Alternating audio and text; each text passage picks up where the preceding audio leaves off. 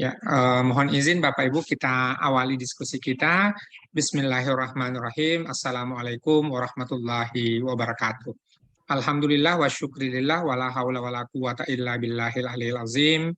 Pada malam hari ini adalah merupakan hari ketiga pelaksanaan Seminar Nasional Pendidikan Islam Indonesia Timur yang merupakan kerjasama Aptikis, Asosiasi Perguruan Tinggi Keagamaan Islam Swasta, bersama 12 perguruan tinggi, diantaranya adalah STAI Al-Furqan, STAI DDI Maros, STIT Pasangkayu, STAI Rawa Aupa, IAI Alamana Jeneponto, STAI Yapnas, STIA Abdul Haris, IAI DDI Polman, STAI DDI Pangkajen Sidenten Rapang, dan juga perguruan tinggi yang lain.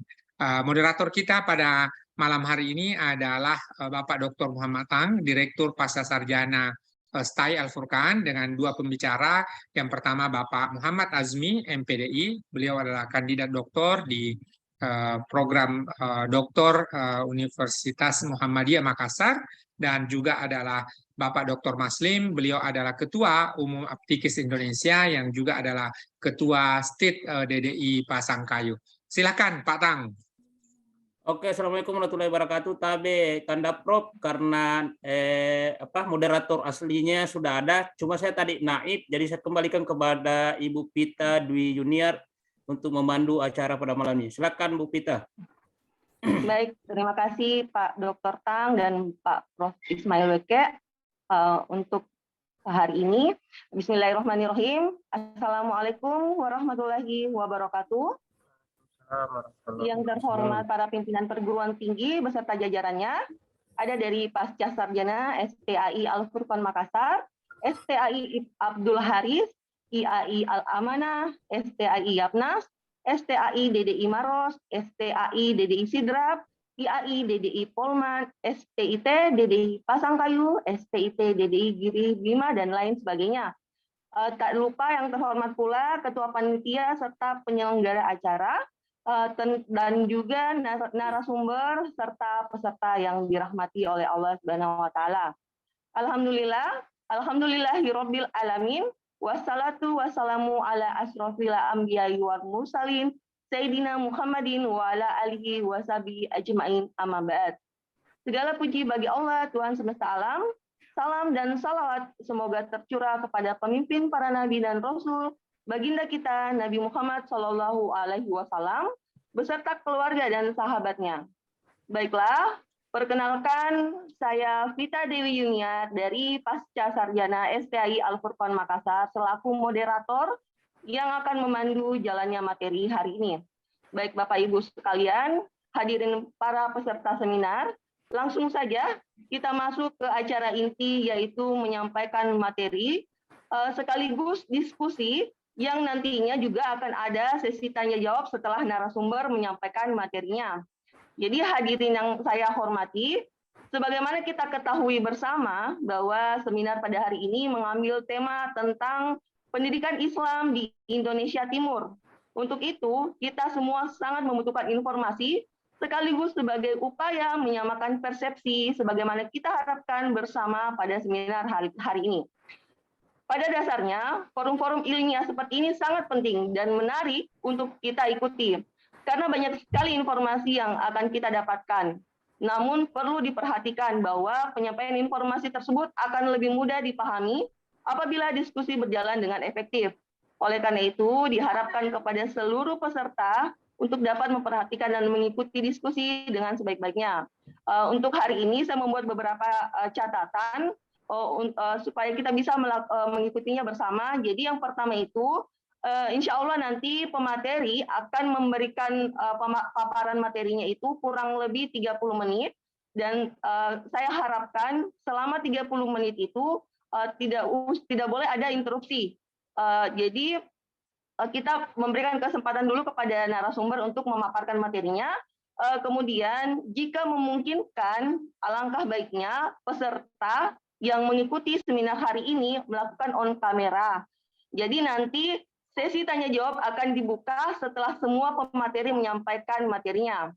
Baik, kita melangkah kepada pemateri pertama mengenai tentang DDI dan perbaharuan pendidikan Islam di Maros oleh Bapak Muhammad Asmi MPDI.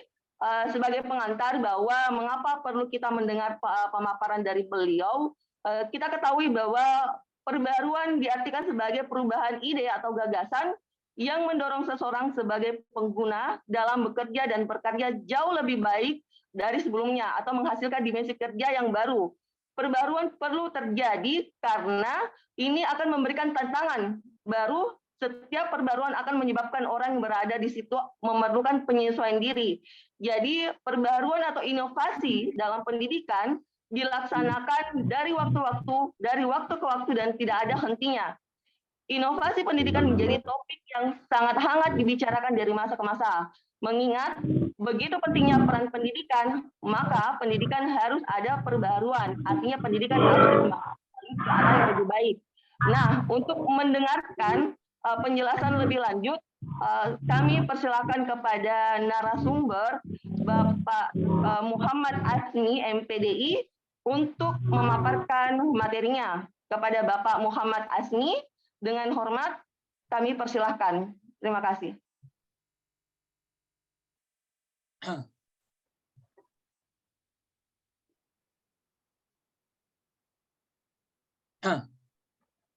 Oke, bismillahirrahmanirrahim. Assalamualaikum warahmatullahi wabarakatuh. Waalaikumsalam warahmatullahi wabarakatuh. Yang terhormat Ibu Moderator, yang terhormat Bapak Ibu peserta seminar nasional yang diadakan oleh Aptitis bekerja sama dengan beberapa perguruan tinggi di Sulawesi Selatan dan di Indonesia Timur. Yang terhormat Ketua Aptikis Indonesia. Alhamdulillahirabbil alamin. Wassalatu wassalamu ala asrofil anbiya'i wal mursalin wa ala alihi wa ashabihi ajmain, amma ba'd. Alhamdulillah, segala puji bagi Allah Subhanahu wa taala yang telah memberikan nikmat kesehatan kepada kita semua sehingga pada hari ini kita dapat beraktivitas mengikuti proses kajian ilmiah ya yang bernuansa akademik. Tentu kegiatan ini sangat bermanfaat buat kita semua, khususnya baik secara pribadi ataupun secara institusi pada institusi kita masing-masing. Alhamdulillah, pada hari ini adalah hari ketiga pelaksanaan seminar nasional. Tentu pelaksanaan seminar nasional ini yang akan menjadi tema pembahasan kita adalah pendidikan Islam. Dan terkhusus saya diberi amanah untuk melihat bagaimana Darul Dakwah wal Irsyad sebagai salah satu organisasi kemasyarakatan dan keagamaan yang berkembang di Selatan ini melihat bagaimana pendidikan Islam itu. Dan ternyata DDI adalah salah satu pembaharu pendidikan Islam yang lahir dan muncul di Sulawesi Selatan. Sebelum saya menguraikan tentang bagaimana gambaran pembaharuan pendidikan Islam Darul Dakwah wal Irsyad di Maros, ini lebih khusus di Maros, nanti saya akan gambarkan bagaimana sebenarnya lahirnya Darul Dakwah wal Irsyad ini. Namun ketika kita berbicara tentang pendidikan Islam, kita di sini tidak melihat pada sistemnya, tapi kita melihat bahwa pendidikan Islam itu ada 3 ranah yang ada di dalamnya.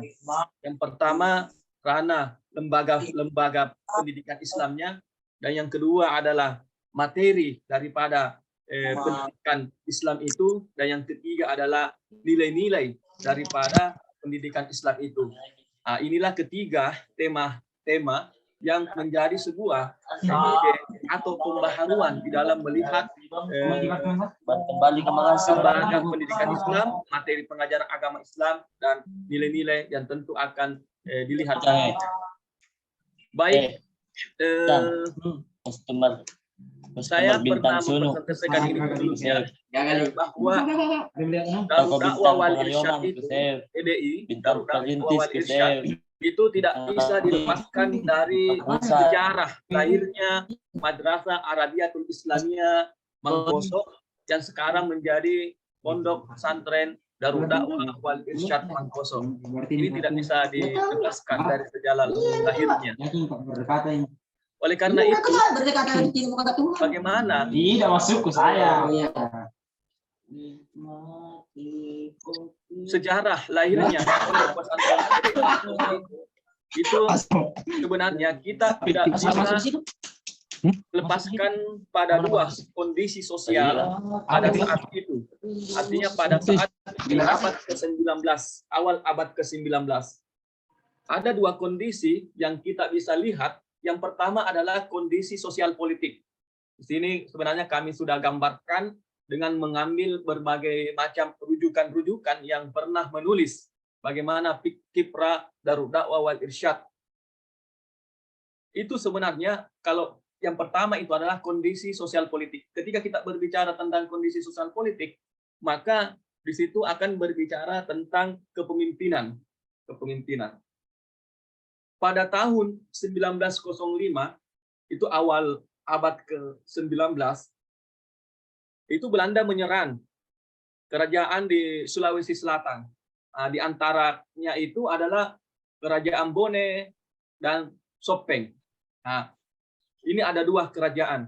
Nah, di Kerajaan Sopeng ini ada suatu daerah yang bernama Swapraja itu Sopeng Riaja. Nah, ini Sopeng Riaja menjadi sebuah kecamatan sekarang. Ya, ini ada juga rajanya. Di Sopeng Riaja ini yang sekarang menjadi kecamatan yang dulu bagian daripada Kerajaan Sopeng itu melakukan perlawanan menentang Belanda, dipimpin oleh rajanya pada saat itu yang bernama Muhammad Saleh Baso. Nah, ini. Nah, kemudian setelah Sopeng Riaja ditaklukkan oleh Belanda pada tahun 1905, maka yang diangkat menjadi Raja Sopeng Riaja adalah Andi Sobo Pertatoa. Selanjutnya digantikan oleh putranya Andi Diawet Pertalawalu, ya, sebagai Raja Sopeng Riaja.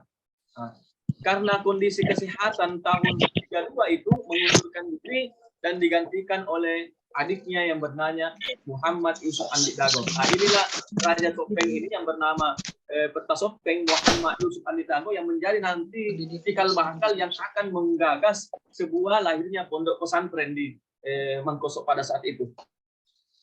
Nah, setelah 3 tahun berkuasa, ini Andi Yusuf Andi Dago, Peta Sopeng yang dikenal dengan Peta Sopeng itu setelah 3 tahun berkuasa pada tahun 1935, Peta Sopeng ini mendirikan 3 buah masjid, ya, 3 buah masjid. Nah, itu di dalam poros itu kita bisa melihat ada masjid di Takalasi yang setelah jembatan itu sangat cantik sekali, kemudian ada di Lapasu, kemudian ada di Mangkoso. Namun kondisi ketika masjid ini tidak pernah diisi oleh jamaah untuk salat 5 waktu, bahkan salat Jumat pun sangat kurang yang membuat hati Peta Sopeng ini resah. Nah, sehingga apa yang terjadi? Peta Sopeng mengundang seluruh tokoh masyarakat. Ada 3 yang diundang di situ, ada tokoh masyarakat, tokoh agama, tokoh pemerintah, untuk mengadakan sebuah musyawarah pada bulan Desember. Ini pada bulan Desember tahun 1938 dan membicarakan upaya untuk memakmurkan masjid, khususnya Masjid Mangkoso.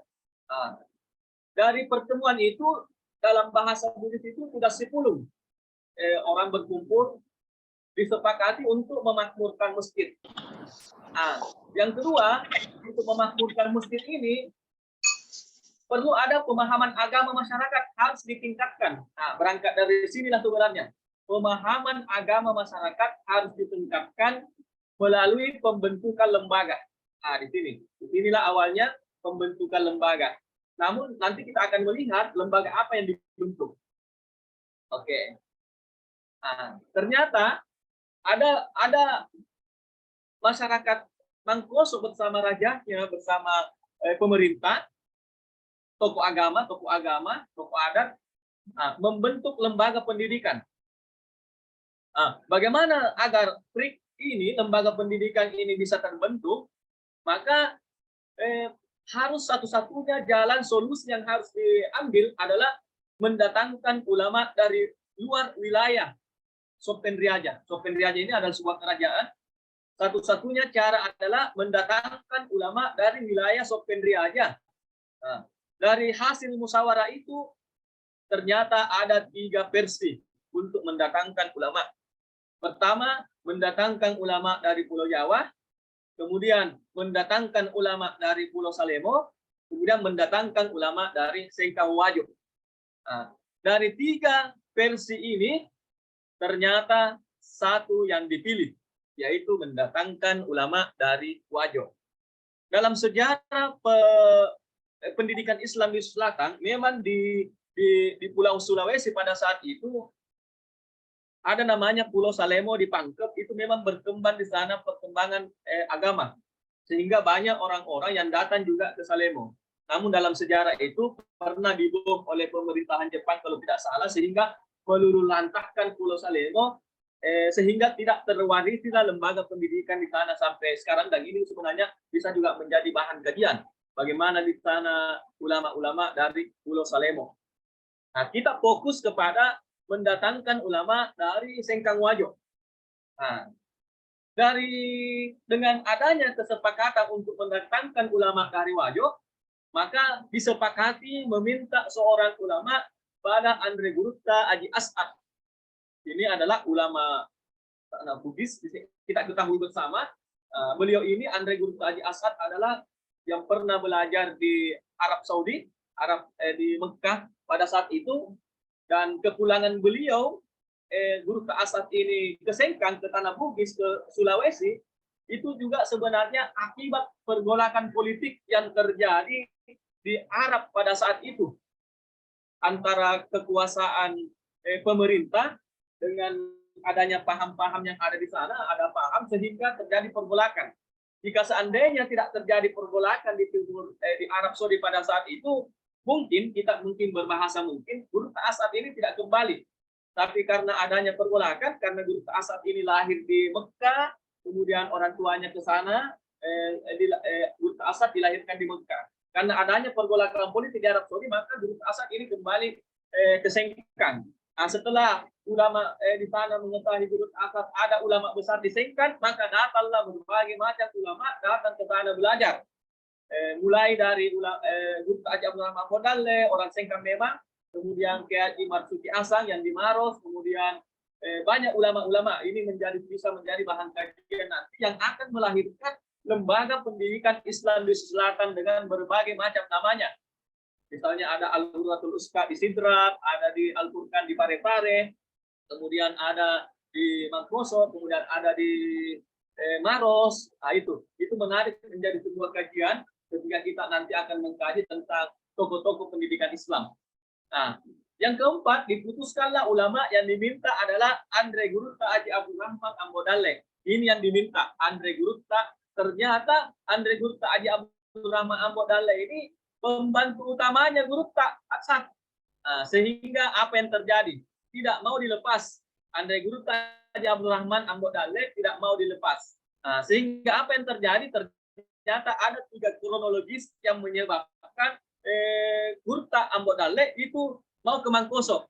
Nah, yang pertama ini, Peta Sope mengutus delegasi pertama. Nah, ini adalah sebuah strategi bagaimana ini sebenarnya juga bisa menjadi sebuah bahan kajian bahwa ternyata kerajaan raja-raja kita dulu itu bersama tokoh masyarakatnya punya juga strategi untuk melakukan sebuah kegiatan atau untuk mendirikan sebuah lembaga pendidikan. Nah, ternyata Peta Sopen menggunakan strategi delegasi. Walaupun delegasi 3 kali melakukan delegasi, nanti delegasi ketiga baru diiyakan. Nah, ini Peta Sopen mengutus delegasi pertama yang dipimpin oleh Puang Haji Hussein. Dan Haji kita menuju Sengkang menemui Andre Gurutta. Ternyata Peta Sopen ini mengutus delegasi 2 orang untuk menemui Gurutta As'ad untuk meminta Andre Gurutta Haji Abdul Rahman Ambon Dalle membuka dan memimpin lembaga pendidikan MAI di Mangkoso. Namun permohonan itu ditolak karena 2 alasan. Andre Gurutta As'ad tidak mengizinkan adanya cabang-cabang madrasah lain yang diminta oleh pembantu utamanya di Sengkang. Nah, ini 2 alasannya. Yang pertama, Gurutta As'ad tidak mau membuka cabang. Dan yang kedua adalah guru Tambok Damle itu adalah pembantu utamanya, asisten utamanya ini, sehingga delegasi pertama tertolak. Delegasi yang kedua, Petasope mengutus delegasi yang kedua yang dipimpin oleh Haji S. Daimuntu dan Puang Hussein untuk menemui Andre Guru Haji Abdul Rahman Ambok Dalek pada saat berada di Pancana melakukan misi dakwah. Ini Pancana adalah suatu daerah di Tanete. Tanete itu yang jalan poros ke Sopeng. Ternyata Guru Haji Abdul Rahman Ambok Dalek ada di situ melakukan sebuah dakwah, melakukan sebuah, mungkin ada undangan, datang. Kemudian diketahui oleh orang Mangkosok, diketahui, sehingga diutuslah ke sana untuk menemui Guru Haji Abdul Rahman Ambok Dalek.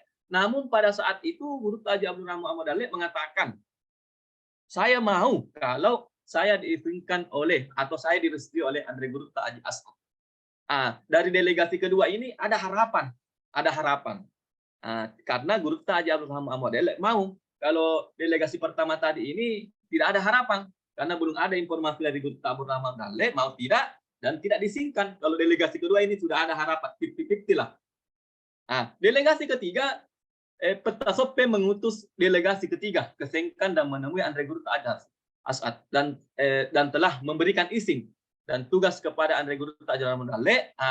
Delegasi ketiga ternyata sudah direstui dan akhirnya berangkatlah Andre Guru Haji Abdul Rahman Ambok Dalek ke Mangkosok pada tanggal 21 Desember 1938.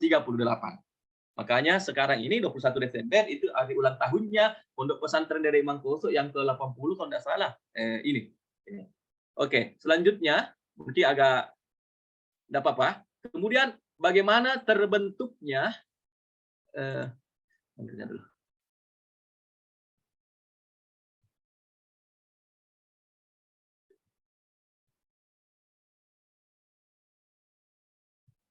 Loncat.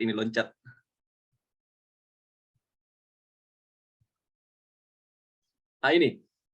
Ketika Andre Guru Haji Abdul Rahman Ambok Dalek datang ke Mangkosok, itu tepatnya pada tanggal 21 Desember, bertepatan dengan 29 Syawal.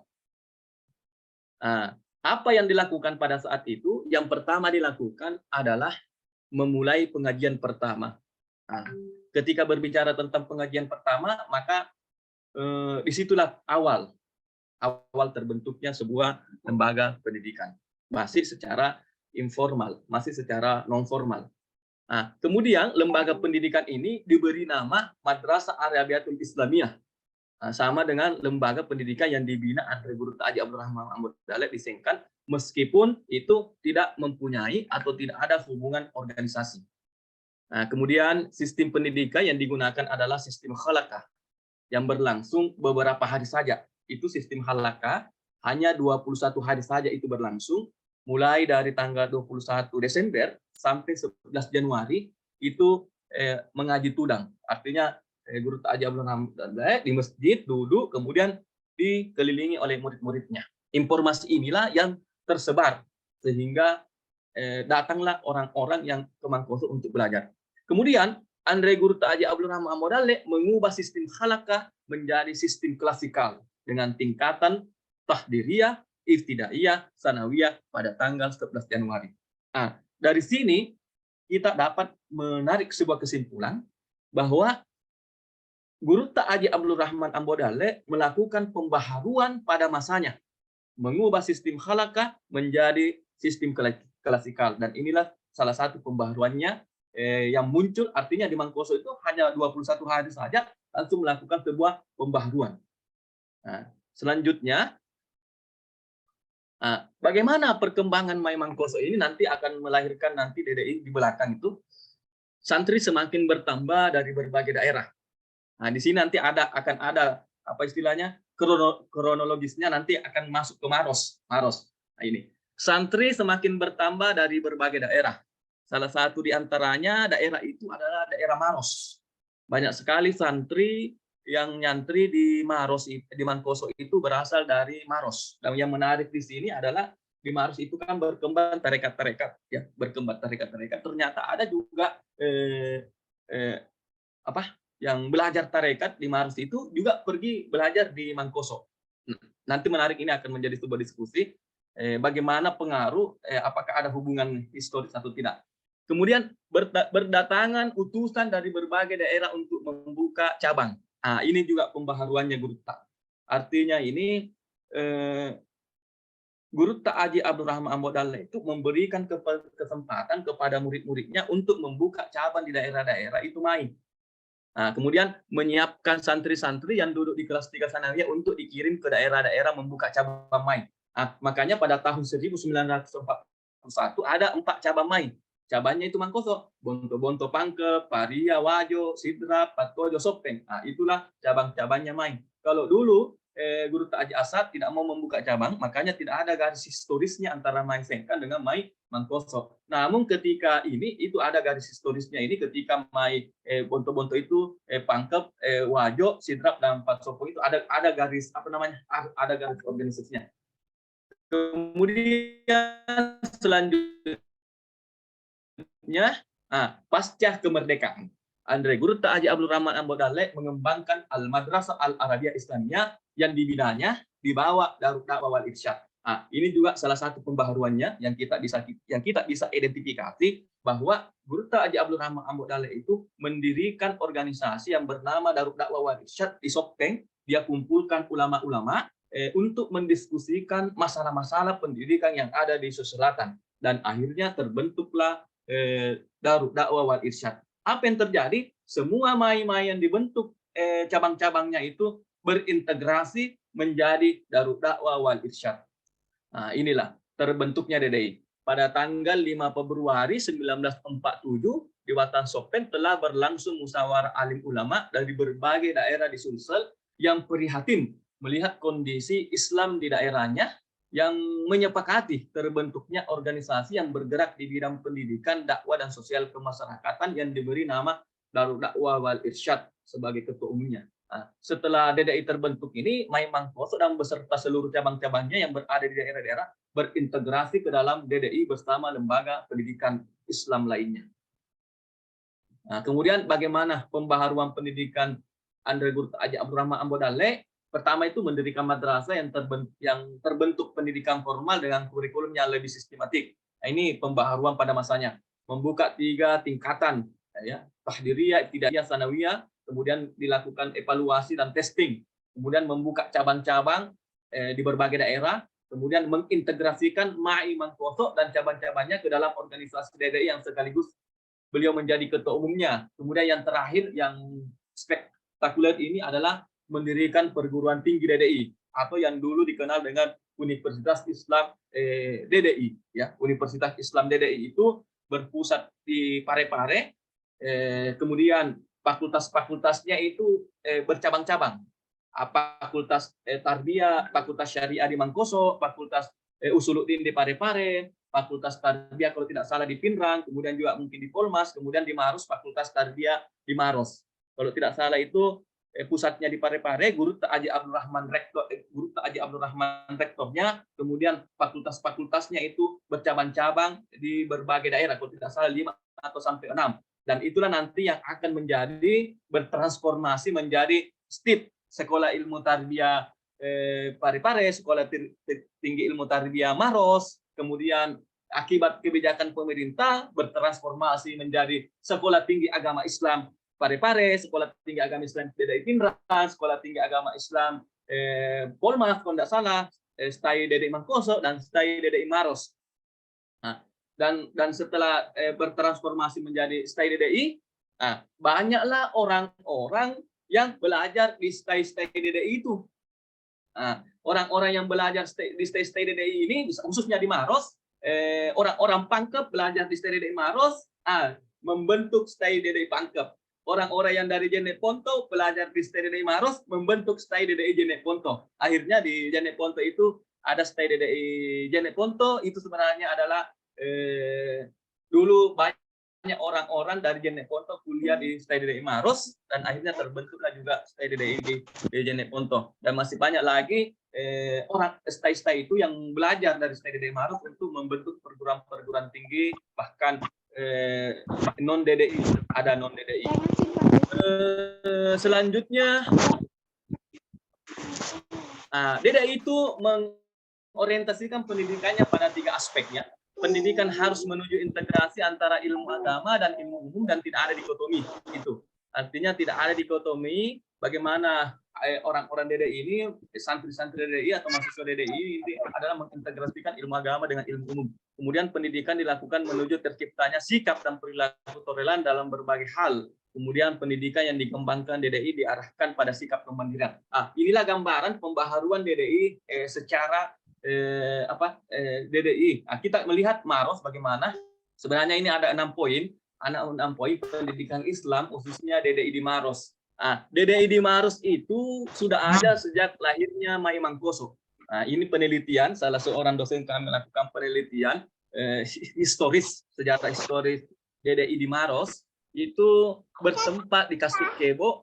Ini menurut penelitiannya. Nanti kita bisa konfirmasi kembali bagaimana ya.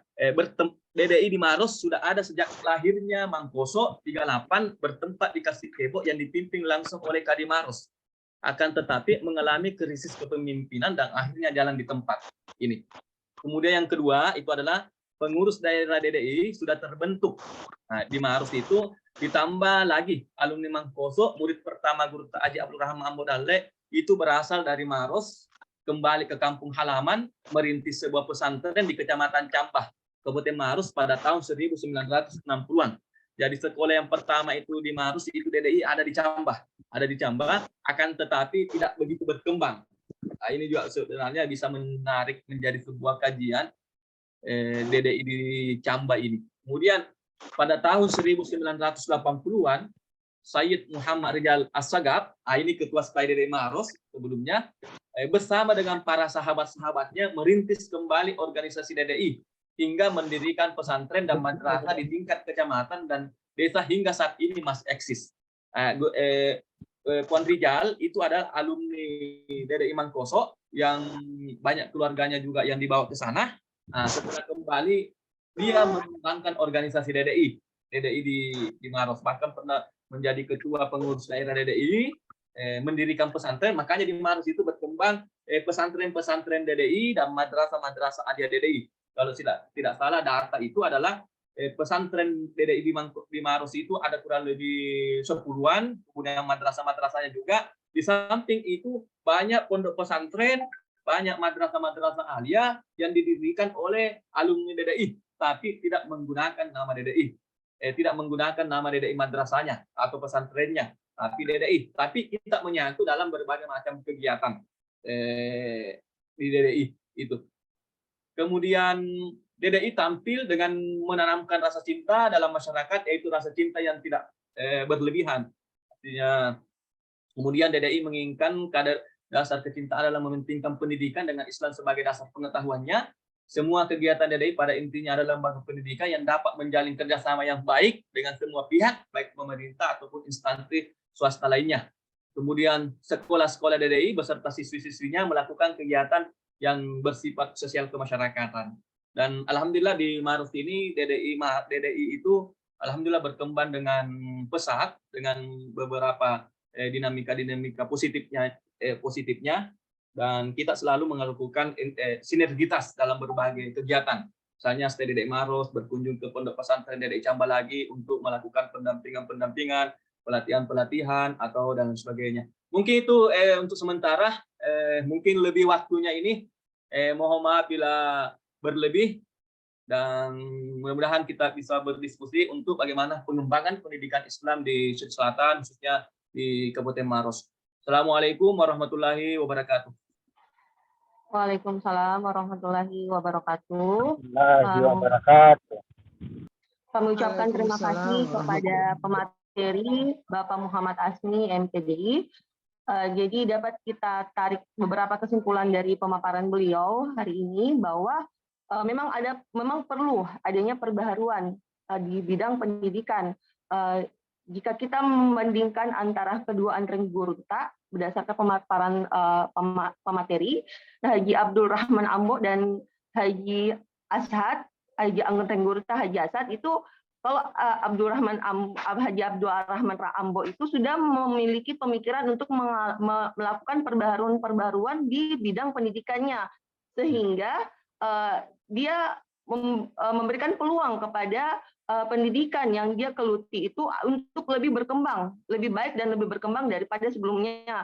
Ini agak berbeda dengan Haji Asad karena dia melakukan penolakan untuk membuka cabang dari pesantren yang beliau kelola. Jadi ini sudah sangat jelas. Nanti untuk sesi tanya jawabnya kita alihkan ke belakang. Kita langsung saja ke materi kedua tentang Islam di Mandar yang hari ini akan disampaikan oleh Bapak Dr. Haslim Halimin.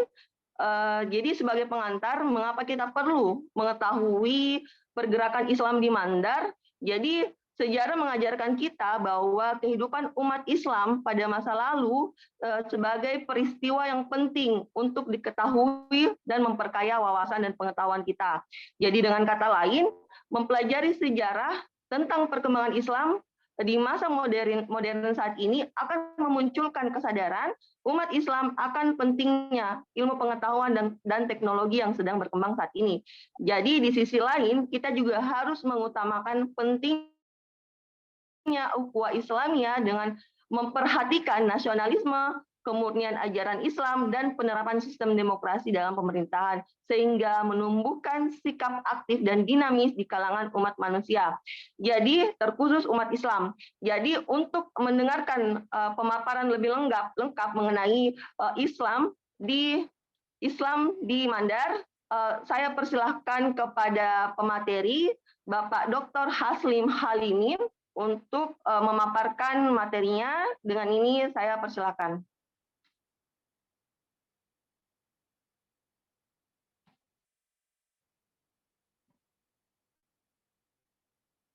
Tabe, Pak Dokter, boleh paparkan materinya? Terima kasih. Baik, terima kasih. Bismillahirrahmanirrahim. Assalamualaikum warahmatullahi wabarakatuh. Waalaikumsalam warahmatullahi wabarakatuh. Salam untuk Bapak Ibu sekalian, teman-teman semua. Saya mohon maaf ini tidak bisa menyajikan materinya dalam bentuk file, ya. Tapi mudah-mudahan dalam waktu yang singkat ini kita bisa manfaatkan untuk mendiskusikan materi terkait dengan Islam di Tanah Mandar.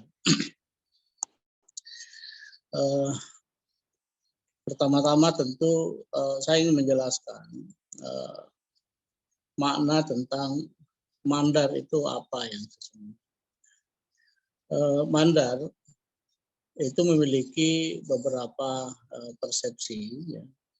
Yang pertama bisa dimaknai sebagai sebuah wilayah teritorial, bahwa Mandar itu adalah sebuah kawasan yang berada di daerah perbatasan antara Pinrang ya, dengan Kabupaten Polowali Mandar saat ini, sampai ke wilayah perbatasan dengan Sulawesi Tengah di bagian utara.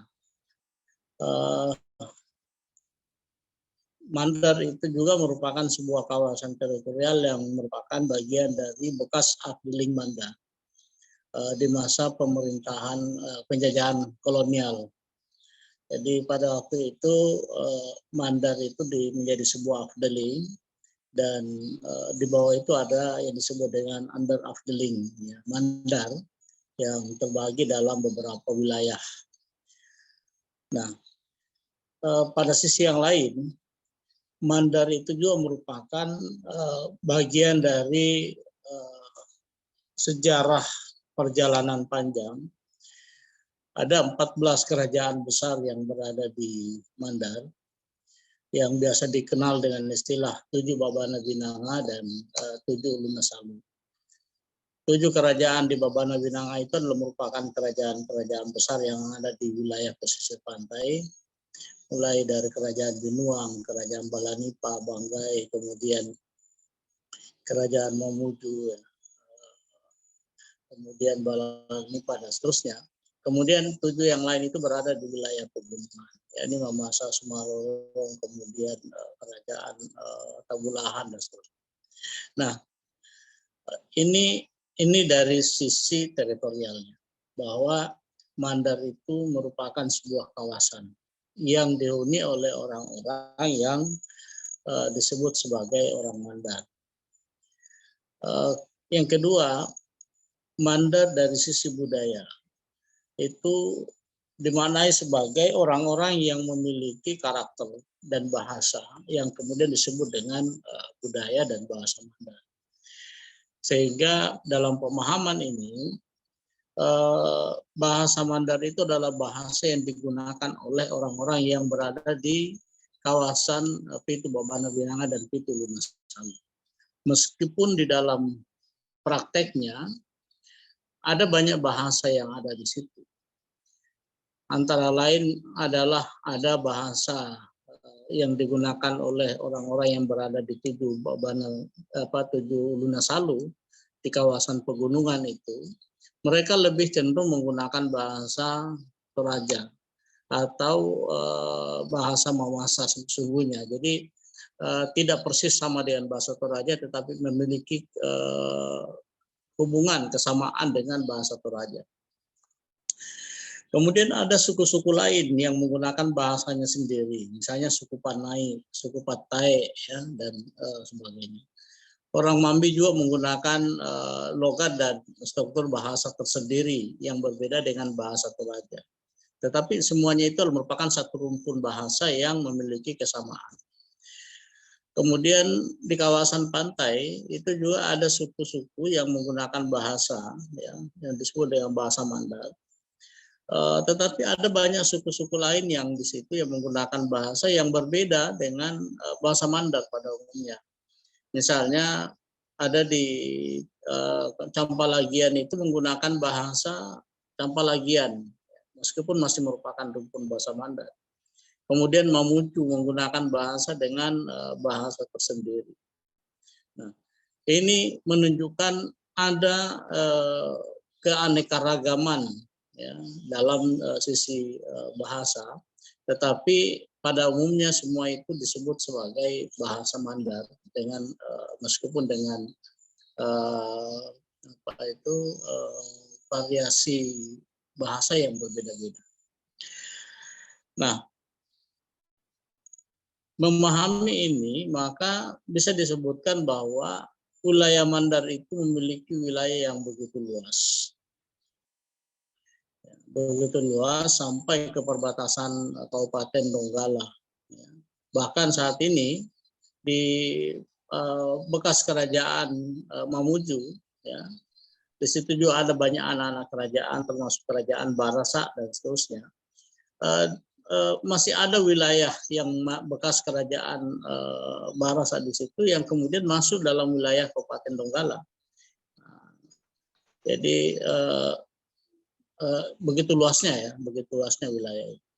Nah, terkait dengan hal itu, saya ingin menjelaskan tentang bagaimana Islam masuk di wilayah Mandar. Dalam banyak catatan sejarah ditemukan bahwa Islam masuk di Mandar itu tidak berbeda jauh dengan Islam yang masuk di Sulawesi Selatan. Kita tahu bahwa di Sulawesi Selatan itu kerajaan Tallo merupakan kerajaan pertama yang menganut Islam. Ya. Jadi kerajaan Tallo ketika masuk Islam kemudian diikuti oleh kerajaan Goa. Ya. Jadi kerajaan Goa kemudian mengikuti. Dan masjid pertama yang dibangun di kerajaan Goa itu justru ada di Tallo. Ya. Itu kurang lebih pada tahun 1611 ya Masehi. 1608 ya, 1608 Masehi. Itu pertama kali Islam masuk di Tallo. Yang di ketika itu ya Raja Tallo yang pertama ya Raja Tallo I Malingkai dan Manyori ya, kemudian dikenal sebagai Karai Matwa itu yang bersyahadat pertama kali pada September 1605. Kemudian diikuti oleh Raja Goa yang ke-14 ya, yang kemudian kita kenal dengan nama Sultan Alauddin pada tahun 1607 Masehi. Nah, ini sebenarnya merupakan bagian dari proses sejarah perjalanan pedagang-pedagang dari Sumatera yang datang ke Kerajaan Goa. Dan sikap pemerintahan Kerajaan Goa dan Talok itu yang sangat terbuka terhadap pedagang-pedagang Melayu yang datang dari Sumatera. Nah, dari situ kemudian menyebar ke kerajaan-kerajaan lain yang ada di Sulawesi Selatan, termasuk Kerajaan Sopeng, Bone, dan seterusnya. Nah, lalu apa hubungannya dengan kerajaan di Tanah Mandar? Ya, kita tahu bahwa kerajaan di Tanah Mandar itu Binuang itu berbatasan langsung dengan kerajaan di Pindrang ya. Nah, tetapi sesungguhnya bukan disebabkan secara langsung oleh setelah Goa dan Talok masuk. Ada catatan sejarah yang menyebutkan bahwa jauh sebelum 16, ya, jauh sebelum abad ke-16, 17 itu.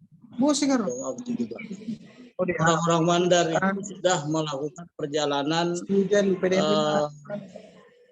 berlayar ke wilayah Sumatera sampai ke Pahang, ya, sampai ke Pahang. Nah, dari perjalanan ke Pahang itu, kemudian mereka berinteraksi dengan orang-orang Islam yang sudah ada di tanah Melayu. Nah, jadi dari situ kita lihat bahwa orang-orang Mandar itu dari mereka yang berlayar sampai ke wilayah Pahang itu, ya, itu sudah mengenal Islam. Bahkan disebutkan bahwa diantaranya itu sudah ada yang beragama Islam ya, ketika mereka berlayar. Pada sisi yang lain,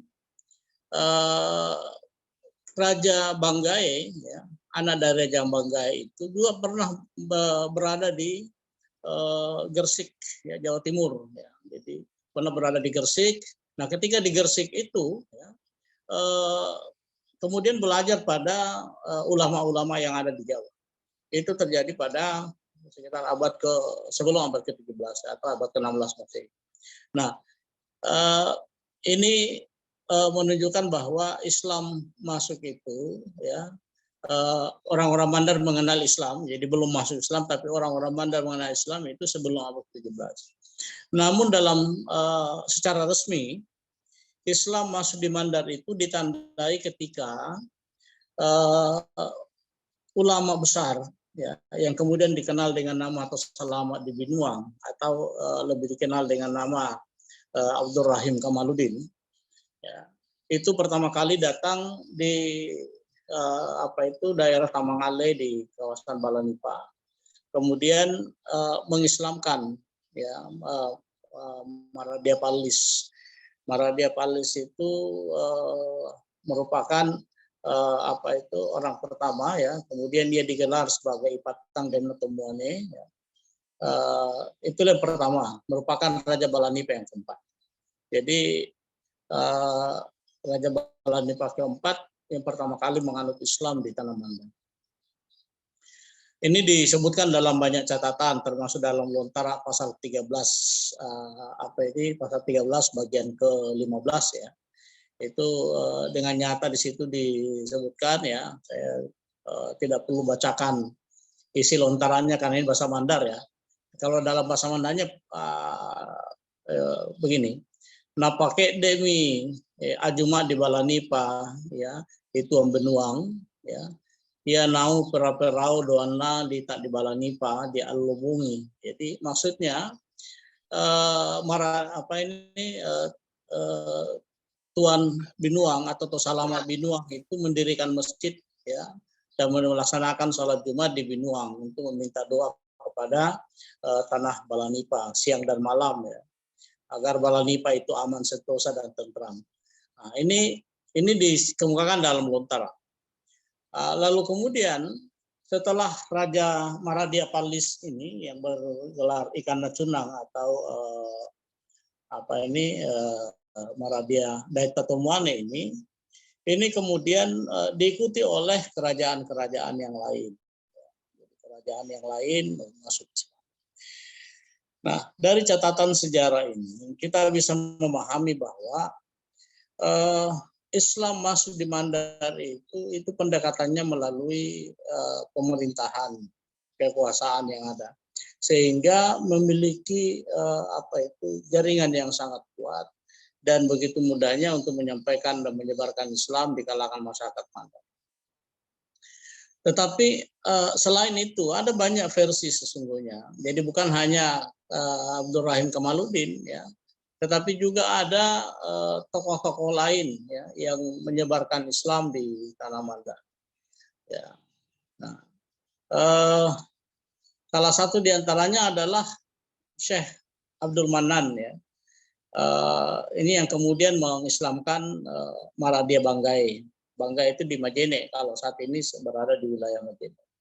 Ini merupakan Maradia Banggai ini adalah cucu dari Maradia Balanipa yang kedua. Nah,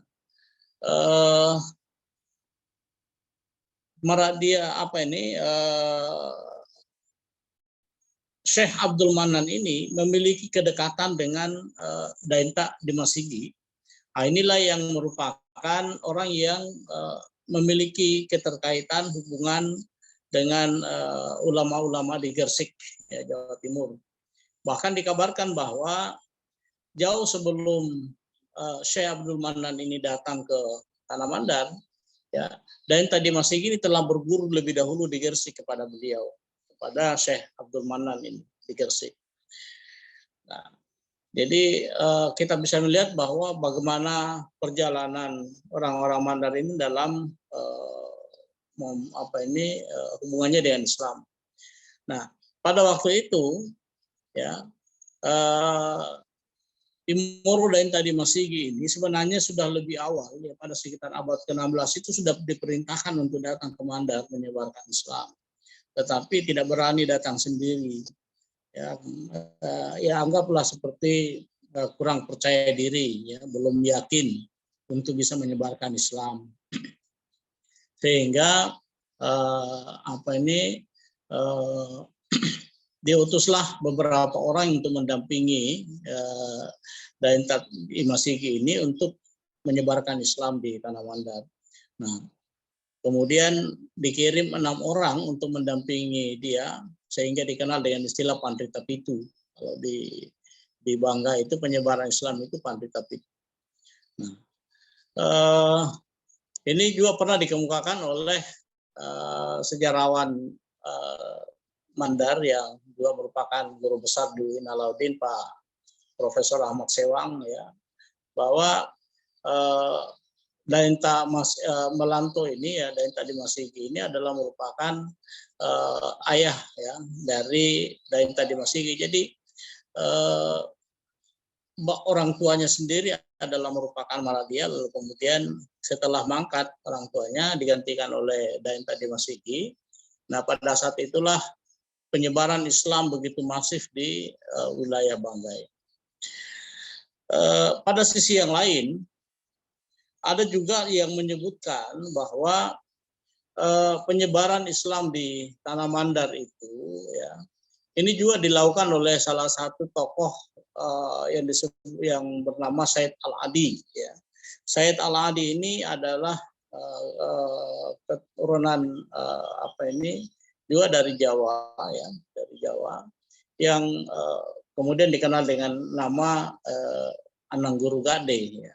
Itu di Lambanan, jadi wilayah Polman masuk dalam wilayah Kerajaan Balanipa dulu. Said Al-Adi ini adalah merupakan keturunan langsung dari Syekh Malik Ibrahim, ya, di Jawa, salah satu wali yang dikenal dengan Wali Songo di Jawa. Nah, jadi ada keterkaitan yang begitu erat, ya, sehingga jalur masuknya Islam di Mandar itu kita bisa lihat dari beberapa versi. Satu, ada yang berasal dari Jawa, ya, melalui hubungan pelayaran antara orang Mandar yang pergi ke Jawa, lalu kemudian orang-orang ulama-ulama Jawa yang datang ke Tanah Mandar menyebarkan Islam. Yang kedua, dari Sumatera, ya. Jadi itu yang kedua. Kemudian versi yang lain juga menyebutkan bahwa sebenarnya peran Syekh Yusuf, ya, itu juga memiliki peran yang sangat penting dalam penyebaran Islam di Tanah Mandar. Hanya saja Syekh Yusuf ini ya, atau yang lebih kita kenal dengan nama Syekh Yusuf Abul Mahasin Tajul Khalwati Al-Makassari Al-Bantani ya, ini banyak diragukan ya, apakah benar-benar pernah ya atau memiliki peran langsung dalam penyebaran Islam di Tanah Mandar. Karena kita tahu bahwa pada tahun 1682 Syekh Yusuf ini sudah dibawa ke sebelum tahun 1682 itu sudah dibawa ke Banten ya, dibawa ke Banten, lalu kemudian tahun 1682 itu justru malah dibawa oleh Belanda, diasingkan ke Sri Lanka. Nah, sehingga Abu Hamid ya, salah satu tokoh sejarawan yang ada di Makassar ya, ini juga berpendapat bahwa justru benar bahwa Syekh Yusuf itu pernah sampai ke Mandar. Tetapi karena pada saat sudah dibawa ke Banten itu sudah tidak pernah kembali lagi ke Sulawesi, karena dari Banten ikut membantu kerajaan Banten, lalu kemudian kembali ditangkap oleh Belanda dan diasingkan ke Sri Lanka. Nah, namun yang tidak kita pungkiri bahwa ada pengaruhnya. Jadi pengaruh dari Syekh Yusuf itu yang merupakan ulama besar di Goa, ya, di Sulawesi Selatan, itu memiliki pengaruh besar terhadap penyebaran Islam di Tanah Mandar. Bersama dengan ulama-ulama yang ada di menyebarkan Islam di Sulawesi Selatan, misalnya Datu Ribandang, ya, Datu Fatimah, dan Datu Tiro. Semua ini adalah orang-orang yang memiliki pengaruh ya, secara baik langsung maupun tidak langsung terhadap penyebaran Islam di Mandar. Tetapi peran dari tiga tokoh tadi yang saya sebutkan di awal, Kamarudin, Abdul Rahim Kamaluddin, kemudian Syekh Adi dan Abdul Manan, ini adalah merupakan tokoh-tokoh sentral yang menyebarkan Islam, dan kita masih bisa menemukan ya jejak-jejak perjalanan sejarah dari ketiga tokoh ini dalam penyebaran Islam di Tanah Mandar. Nah, kemudian yang berikut bahwa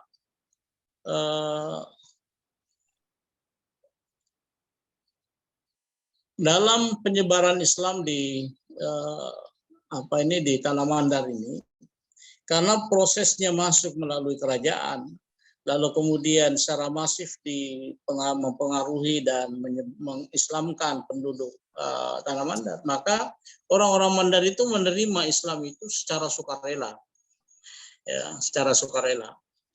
Bahkan mereka sangat berbangga dengan keislaman mereka. Tetapi karena sebelum Islam itu secara, meskipun tidak ditemukan bukti-bukti sejarah dalam bentuk tulisan atau apapun bentuknya, melainkan sebagai sejarah tutur yang disampaikan, tapi tetap dijalankan oleh orang-orang Mandar sebagian. Ada nilai-nilai ajaran sebelum Islam masuk di Mandar, bahwa mereka itu masih menganut animisme dan dinamisme. Nah, ketika Islam masuk melalui tokoh-tokoh tadi, baik oleh Tuan Salama Binuang maupun Syekh Adi dan Syekh Abdul Manan ini, mereka mengajarkan Islam, tetapi tidak kemudian mencela atau menolak kebiasaan-kebiasaan lama yang dilakukan oleh masyarakat Mandar sebelum Islam. Nah, sehingga itu terjadi sebuah sinkretisasi paham antara ajaran Islam dan kebiasaan orang-orang Mandar yang tidak secara langsung bertentangan dengan akidah dan nilai-nilai ajaran Islam. Kita bisa sebutkan misalnya beberapa kebiasaan orang-orang Mandar yang merupakan kebiasaan yang dilakukan secara turun-menurun dan diajarkan secara tutur oleh orang-orang Mandar. Misalnya turun ke laut, atau dengan istilah mopandesasi dalam istilah orang-orang Mandar. Nah, Ini adalah kebiasaan yang ditradisikan di dalam kehidupan orang-orang Mandar yang pada umumnya adalah nelayan. Lalu kemudian justru di dalam tradisi mempandesasi itu atau turun ke laut itu ritual merupakan penggabungan. Jadi ada sinkretisasi yang terjadi di situ. Karena nilai-nilai ajaran agamanya, doa-doa yang disampaikan itu juga tersampaikan dengan doa-doa Islam, ya, meskipun proses itu adalah merupakan proses budaya dan pemahaman sebelumnya. Ya, begitu juga dengan proses turun ke sawah atau acara kemudian menjelang panen, ya, dan sebagainya, ya, pesta panen dan seterusnya. Ketika membangun rumah baru, memasuki rumah baru dan seterusnya. Ketika menunggu kelahiran bayi, ketika mempersiapkan perkawinan, semua ada tradisi ritual-ritual tertentu yang dilakukan. Dia merupakan hasil sinkretisasi yang terjadi antara budaya sebelum Islam dan ajaran Islam yang dibawa. Kenapa bisa demikian? Karena Islam yang masuk itu pendekatannya lebih kepada pendekatan, bukan pada pendekatan fikih, tetapi pendekatan tasawuf. Jadi pendekatan tasawuf yang dibawa itu ya bukan pada pendekatan fikihnya, sehingga masyarakat Mandar itu lebih bisa menerima, ya, antara kedua antara tradisi Islam, tradisi budaya masyarakat Mandar sebelum Islam dan ajaran Islam. Bisa kita bayangkan kalau seandainya tokoh-tokoh pembawa ajaran Islam masuk Mandar itu di abad ke-17 tadi membawa dengan pendekatan fikih, maka halal haram itu akan lebih ditonjolkan. Nah, disinilah kearifan para tokoh-tokoh itu dalam mengajarkan Islam, sehingga benar-benar Islam itu bisa diterima, menjadi kebanggaan masyarakat Mandar, dan menjadi bagian dalam kehidupan sehari-hari. Sehingga tidak pernah lagi mempersoalkan bahwa ini adalah perbuatan yang justru yang terjadi adalah islamisasi tradisi budaya sebelum Islam itu. Ya, bagaimana menjadikan sebagai bagian dalam tradisi keagamaan. Ya, salah satu misalnya yang paling populer terakhir ini adalah ketika khataman Quran, ya, acara mapatudu, ya, saya patudu itu adalah merupakan sebuah tradisi yang memadukan antara nilai-nilai budaya dan ajaran Islam. Nah, saya kira ini merupakan sebuah gambaran yang sangat konkret sekali tentang bagaimana sikap dan cara keberagamaan orang-orang Mandar yang ada saat ini, ya. Dan itu bisa diterima oleh semua kalangan, sehingga tidak pernah mempertentangkan antara hal-hal itu. Nah, saya kira ini penjelasan saya, ya. Adapun sebenarnya terkait dengan bagaimana perkembangan dan pengaruh di masa sekarang, ya, tentu ini membutuhkan penjelasan-penjelasan yang lebih detail lagi. Tetapi saya bisa katakan bahwa ajaran Islam, ya, yang ada di Mandar itu sangat terbuka terhadap perubahan, sangat terbuka terhadap nilai-nilai budaya, sangat terbuka dengan nilai-nilai adat. Bahkan kadang-kadang menganggap bahwa ada sesuatu yang kurang ketika nilai-nilai adat itu tidak dibawa di dalam sebuah ritual tertentu dalam keagamaan masyarakat orang Mandar, sehingga ini benar-benar harus hadir secara bersama-sama.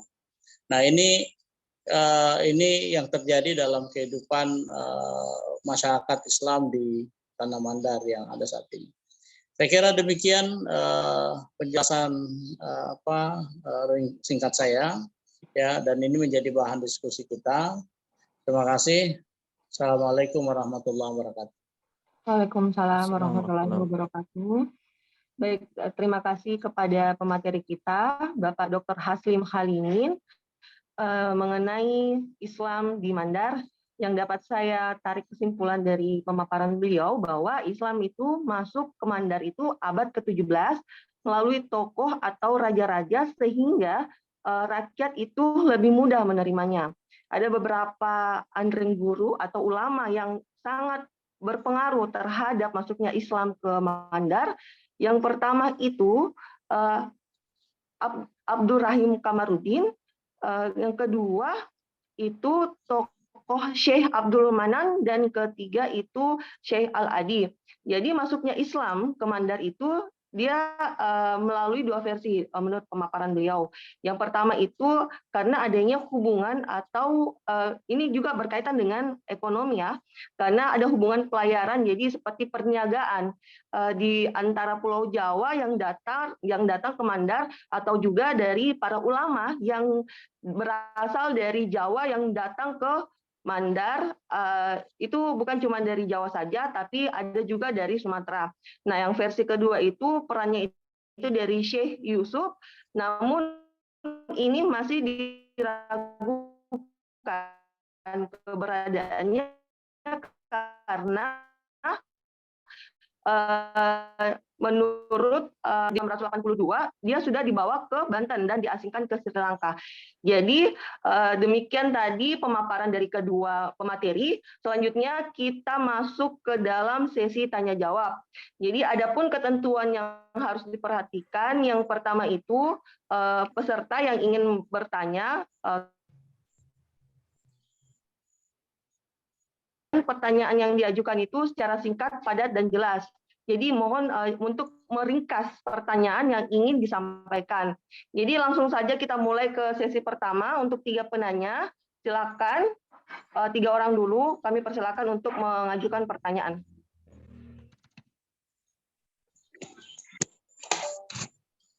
Jadi ini menarik ya, karena kita berbicara tentang sejarah lagi. Jadi mengapa kita perlu berbicara sejarah? Karena sejarah itu akan memberikan imun kepada iman kita bahwa perjuangan para syekh sebelum sampai ke masa sekarang itu sangat luar biasa. Mulai dari perbaharuan mereka sampai ke perjuangan mereka, hingga kita bisa memetik hasilnya saat ini juga. Silakan kepada para peserta 3 orang yang ingin mengajukan pertanyaan kepada pemateri, dengan hormat kami persilahkan. Angkat tangannya ya. Atau sudah dimengerti semua dari materi hari ini? Bagaimana teman-teman sekalian?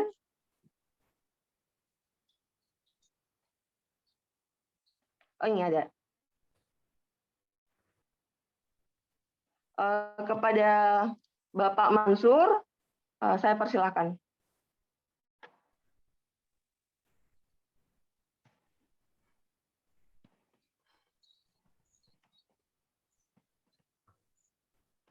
Silakan Pak Mansur. Oke, terima kasih. Ya. Sudah terdengar suara saya? Terdengar Pak, jelas. Oke, jelas. Terima kasih. Terima kasih atas kesempatan yang diberikan kepada kami. Walaupun tadi pemateri pertama terjeda karena gangguan signal barangkali, baru tadi saya dapat lagi pemateri berikutnya di akhir-akhir lagi dapat. Hanya mungkin dari pemateri terakhir tadi ada yang dikunci bahwa Islam masuk di tanah Mandar itu bukan pendekatan fikih, melainkan pendekatan tasawuf yang ingin kami klarifikasi, perjelas bahwa tasawuf itu juga banyak jenisnya. Nah, oleh karena itu tasawuf apa yang aliran tasawuf yang bagaimana yang digunakan para ulama itu untuk islamisasi di tanah Mandar. Saya kira itu aja kami ingin klarifikasi. Terima kasih. Assalamualaikum warahmatullahi wabarakatuh. Waalaikumsalam warahmatullahi wabarakatuh. Jadi saya tampung pertanyaan pertama. Jadi yang ditanyakan kepada pemateri kedua mengenai bagaimana Islam masuk ke Mandar. karena menggunakan pendekatan tasawuf. Jadi penanya mempertanyakan lebih detail lagi aliran tasawuf yang digunakan para ulama dalam penyebaran Islam di Mandar. Yang kedua, saya persilakan kepada rekan-rekan sekalian untuk mengajukan pertanyaannya kepada materi pertama dan kedua. Supaya saya Bu Pita. Siapa Pak Agus? Oke. Dengan ini kami persilakan kepada Pak Agus Nasir. Silahkan. Baik, Assalamualaikum warahmatullahi wabarakatuh. Waalaikumsalam warahmatullahi wabarakatuh. Diberikan, jadi saya tertarik kepada pemaparan dari narasumber kita yang kedua berkaitan tentang sejarah Islam di Mandar.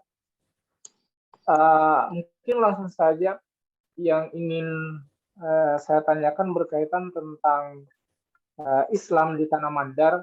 Kalau di Jawa kita kenal penyebarannya itu ada Pati atau kita kenal dengan Wali Songo, yang mana strategi mereka itu banyak menggunakan strategi misalkan wayang dan sebagainya.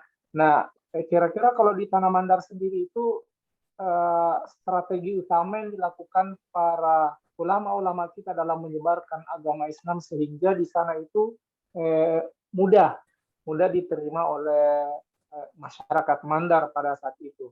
Mungkin narasumber kita atau pemateri kita bisa memberikan gambaran secara luas atau secara terperinci lagi berkaitan tentang pendekatan yang dilakukan. Tadi sempat ditanyakan penanya pertama berkaitan tentang pendekatan tasawuf. Tapi saya ingin mencoba mempertanyakan tentang pendekatan dari sisi budaya. Seperti itu mungkin. Baik, terima kasih kepada penanya kedua, Pak Agus Nasir. Jadi yang ditanyakan itu mengenai strategi apa yang digunakan oleh para ulama dengan menggunakan pendekatan budaya. Karena di Jawa, para ulama menggunakan wayang sebagai media untuk penyebaran agama Islam. Jadi yang dipertanyakan apakah ada media yang digunakan oleh para ulama untuk penyebaran agama Islam di Pulau Mandar, di wilayah daerah Mandar. Kita lanjut ke penanya ketiga, Bapak Irwan Supriyadi ya? Ya, betul. Oke, Pak Irwan, kami persilahkan. Ya, terima kasih.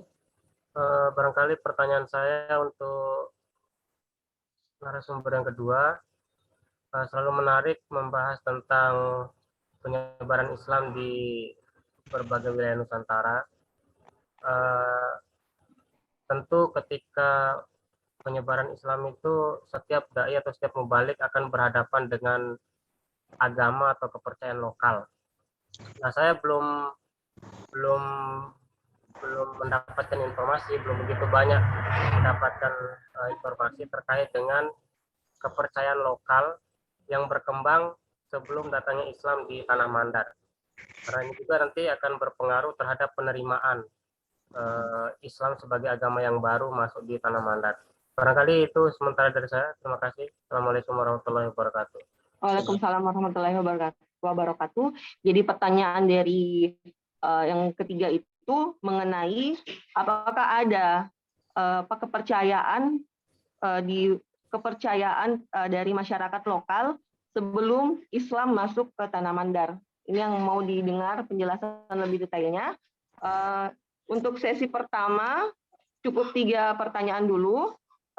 Saya persilahkan kepada pemateri untuk mengulas pertanyaan-pertanyaan dari peserta seminar nasional hari ini. Kepada pemateri, saya persilahkan. Baik, terima kasih atas tanggapan dan pertanyaan-pertanyaan yang disampaikan. Saya kira menarik ini yang disampaikan tadi oleh Pak penanya pertama, kedua, dan ketiga. Saya ingin menjelaskan dulu bahwa ajaran pendekatan tasawuf yang digunakan oleh para ulama yang datang ke Tanah Mandar itu Ini sangat jelas sekali terlihat dari apa yang disampaikan ketika mereka datang di Mandar dan karomah-karomah yang ditunjukkan. Dalam beberapa catatan sejarah itu disebutkan bahwa salah satu dari ulama itu ya Kamaruddin atau Tuan Tasalama di Binuang ya, atau Tasalama Binuang itu.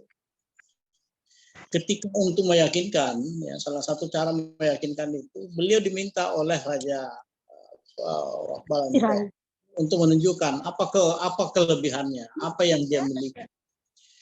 Maka pada waktu itu beliau kemudian diceritakan bahwa melakukan sholat di atas daun pelepah, daun pisang ya, dan itu tidak bergoyang. Nah, jadi salah satu kelebihan yang ditunjukkan oleh Tasalama Binuang. Nah, begitu juga yang lain yang menunjukkan karomah mereka, termasuk bagaimana ketika mereka berada di atas air dan tidak tersentuh oleh air. Meskipun cerita-cerita seperti ini merupakan cerita yang disampaikan secara bertutur ya. Nah, tetapi kita bisa melihat bahwa seperti halnya juga yang terjadi di Tanah Jawa, para wali-wali Songo itu ditantang untuk membuktikan ya, karomah mereka terhadap orang yang tidak yakin dengan ajaran. Nah, tetapi setelah kemudian diterima oleh raja, jadi pendekatannya itu adalah melalui kekuasaan. Raja sudah bersyahadat, maka dengan mudah kemudian Islam itu menyebar di kalangan masyarakat. Kita lihat sampai saat ini ajaran tasawuf yang banyak dianut dan dipahami oleh orang-orang yang ada di Tanah Mandar itu adalah tasawuf Qadiriyah. Ada juga yang Naqsyabandi Qadiriyah. Nah ini kita kenapa demikian? Karena ya saya kira ini juga erat hubungannya dengan ajaran tasawuf yang ada di Sumatera ya, ketika mereka datang ke sana. Jadi paham Qadiriyah itu begitu berkembang di dalam. Dan ada paham-paham tasawuf yang lain yang saya kira juga berkembang, tetapi tidak begitu masif ya. Tetapi pada umumnya dari ketiga tadi ini mereka di tasawuf Qadiriyah. Kemudian ya, kalau strategi utama memang tidak menggunakan media seperti yang ada di Tanah Jawa ya, menggunakan wayang atau menggunakan media tapi ada kesamaan, misalnya Kalindada di Mandar itu ya. Kalindada itu adalah sebuah karya sastra seni prosa ya. Jadi seni prosa yang kemudian disampaikan secara tutur ya, dan itu mengandung syarat dengan nilai-nilai ajaran agama. Nah, ini yang saya kira menjadi bagian dari cara penyampaian Islam di Tanah Mandar itu ya. Jadi mereka menyampaikan melalui Kalindada. Kalindada itu atau semacam prosa ya, kalau dalam istilah. Nah, kemudian benturan dengan kepercayaan lokal. Ini yang tadi saya katakan bahwa orang Mandar sebelum Islam itu juga menganut kepercayaan atau agama teodiolog. Ya, jadi ada agama kepercayaan mereka itu yang biasa kita kenal dengan animisme dan dinamisme. Mereka sangat percaya dengan itu. Ya, mereka percaya dengan kekuatan-kekuatan gaib, kekuatan alam, dengan benda tentu dan sebagainya.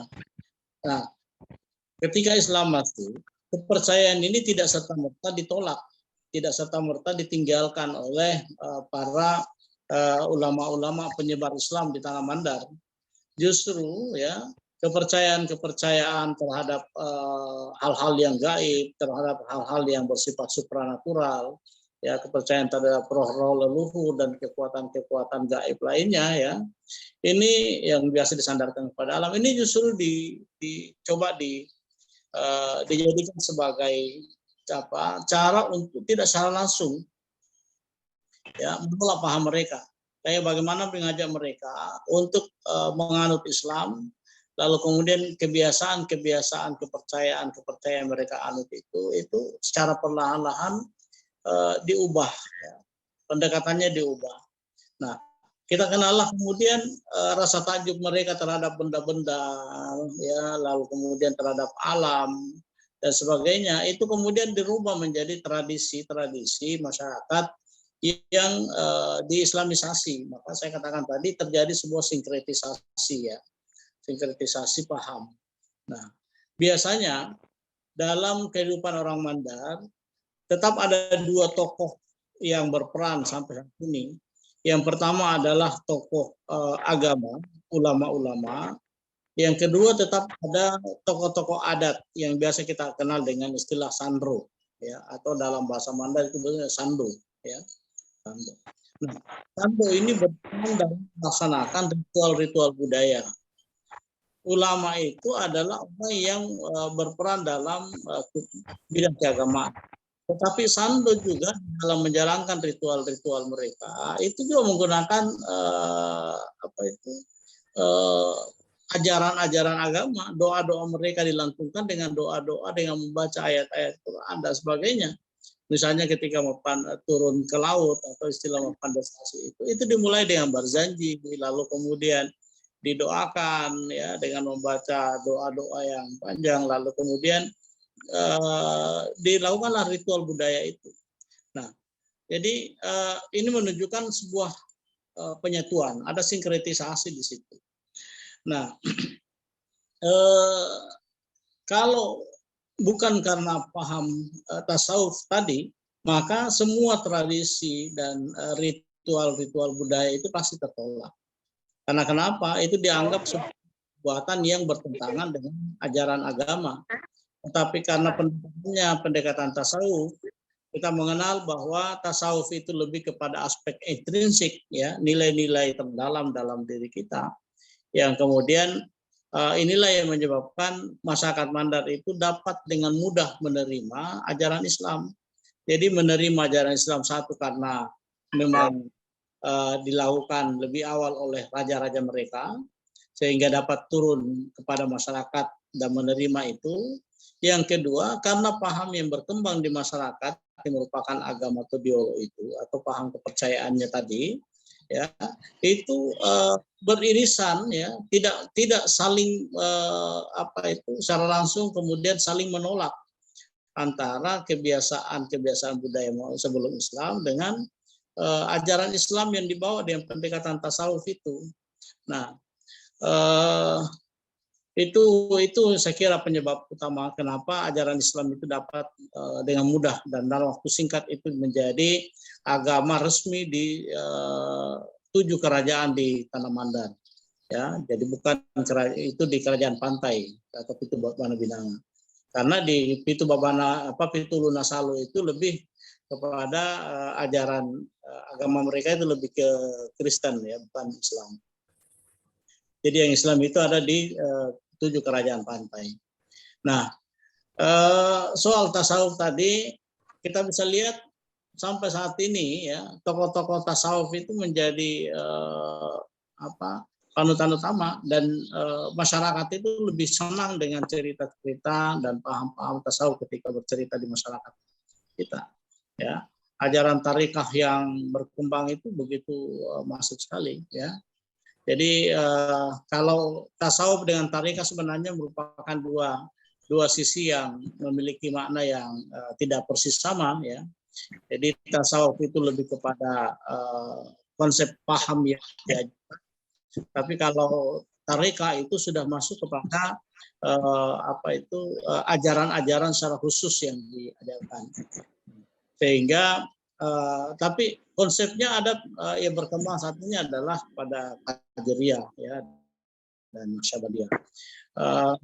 Saya kira itu ya untuk ketiga penanya tadi, baik dari Pak Nasir, Pak Mansur, kemudian Pak Agus Nasir dan Pak Jadian terakhir. Saya kira demikian, terima kasih.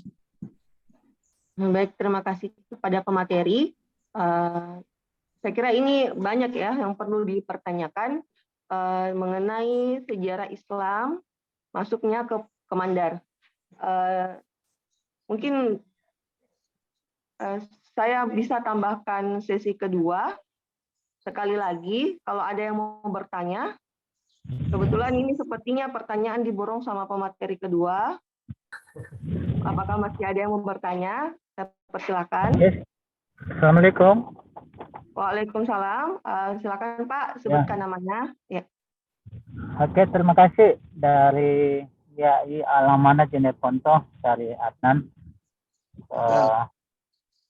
Oke, terima kasih. Mungkin sangat menarik dari dua pemaparan materi tadi menyatakan bahwa konsep sejarah Islam ini adalah pada substansinya pada tingkat ritual-ritual yang ada.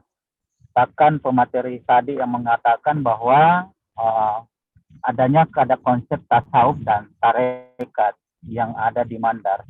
Nah, pertanyaan seperti saya ini adalah bagaimana langkah terhadap pandangan Islam yang berupa tasawuf dan tarekat itu. Yang kedua, apakah Islam masuk di Mandar ini adalah pertama adalah bagaimana konsep modernisasinya sampai sekarang terhadap Islam yang ada di Mandar. Itu yang pertama kepada pemateri. Yang kedua adalah pemateri Pak Dr. Asmin adalah bahwa apakah lembaga-lembaga DDI sekarang ini adalah merubah sistem kurikulum yang tingkat modernisasi. Seperti apa kurikulum-kurikulum DDI sekarang sehingga masih banyak kaum Islam yang menjadikan sebagai panutan dan pedoman para lembaga-lembaga Islam seperti itu. Mungkin itu, terima kasih Bu. Assalamualaikum warahmatullahi wabarakatuh. Waalaikumsalam warahmatullahi wabarakatuh. Tadi Pak Adnan menanyakan tentang bagaimana langkah pandangan Islam terhadap tasawuf dan tarekat dengan konsep modernisasinya di Mandar untuk pemateri yang kedua, dan yang pemateri yang pertama itu beliau mempertanyakan tentang lembaga-lembaga di DIDI, apakah sistem kurikulum yang digunakan itu selalu berubah-ubah mengikuti modernisasi zaman atau bagaimana sistem kurikulum yang digunakan di DDI Maros itu sendiri. Mungkin kita langsung saja untuk mengefisiensikan waktu kepada pemateri untuk menjawab pertanyaan dari beliau. Silakan. Terima kasih. Baik. Pak Azmi, saya duluan Pak Azmi ya. Sekaligus ini juga saya ingin menyampaikan karena malam ini juga saya ada rapat Dewan Formatur di Aptikis pada jam 9 nanti. Oke, siap Pak Ketua. 15 menit ini ke rapat formatur ya. Pak, tenang aja lah Pak Adnan. Siap. Baik. Saya ini masih terkait dengan pertanyaan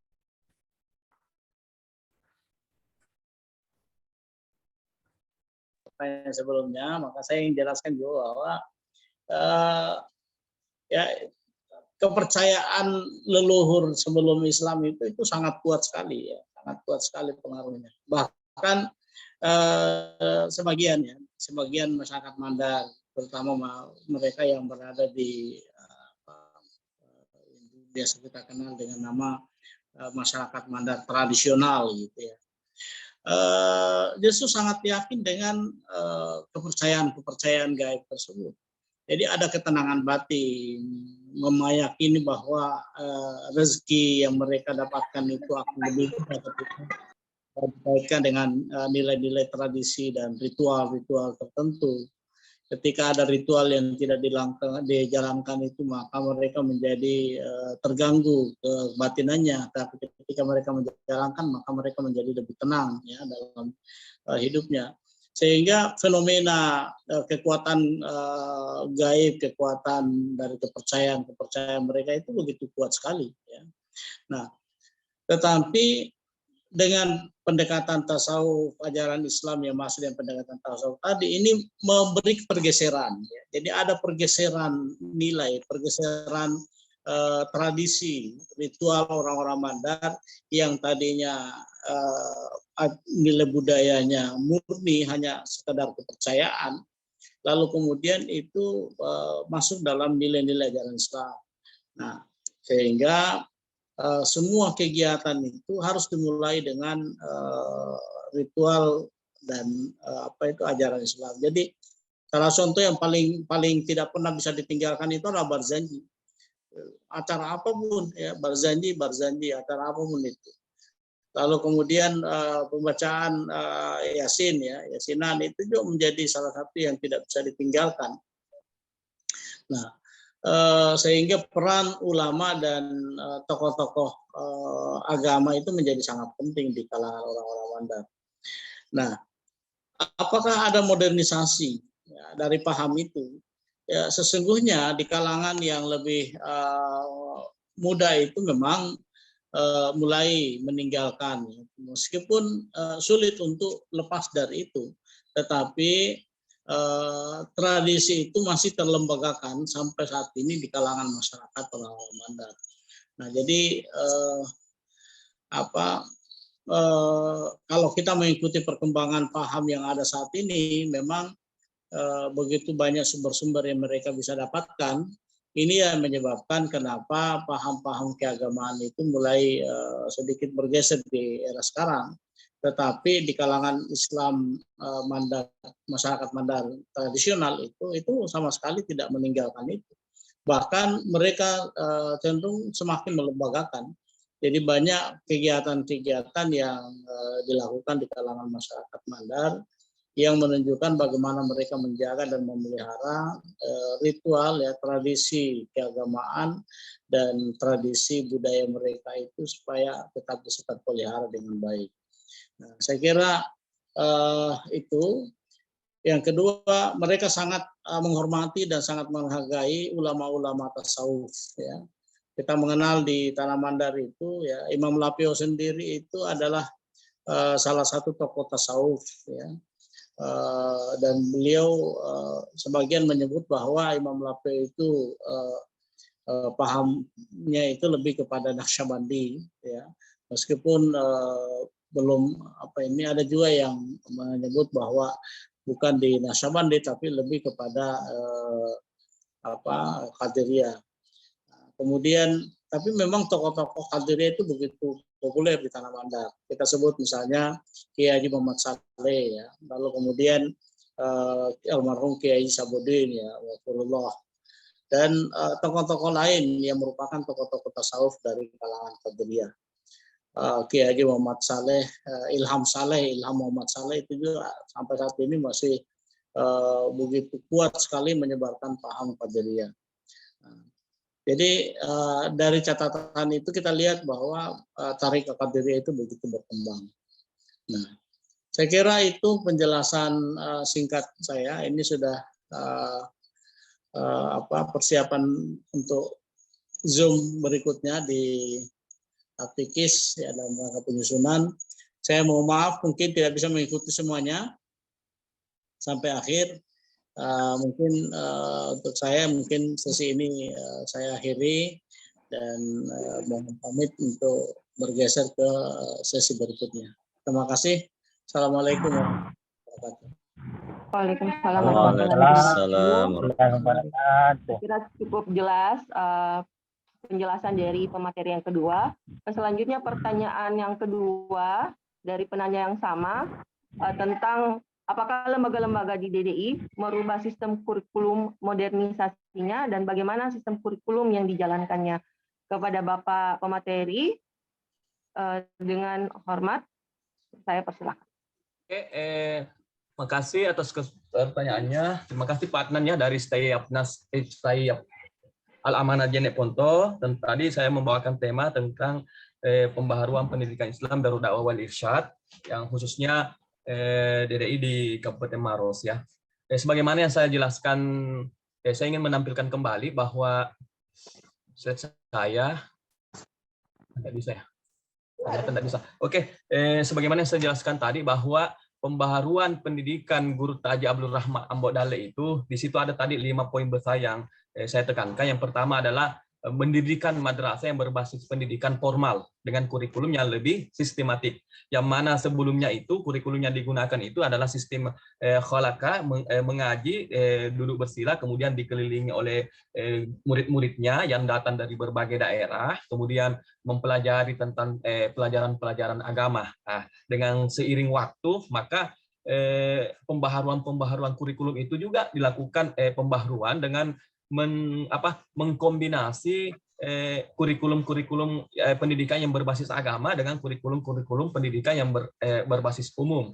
Nah, kemudian khusus di Kabupaten Maros itu lembaga-lembaga pendidikan Islam yang ada di Kabupaten Maros, baik yang tersebar di madrasah-madrasah ataupun pesantren-pesantren, itu masih mengkombinasikan antara kurikulum pesantren dan lokal, kemudian kurikulum yang dibangun oleh Kementerian Agama atau kurikulum yang dikembangkan oleh Kementerian Pendidikan Nasional bersama Kementerian Pendidikan Agama. Tapi ketika secara spesifikasinya sebenarnya juga ada bagaimana sebagaimana yang saya jelaskan tadi bahwa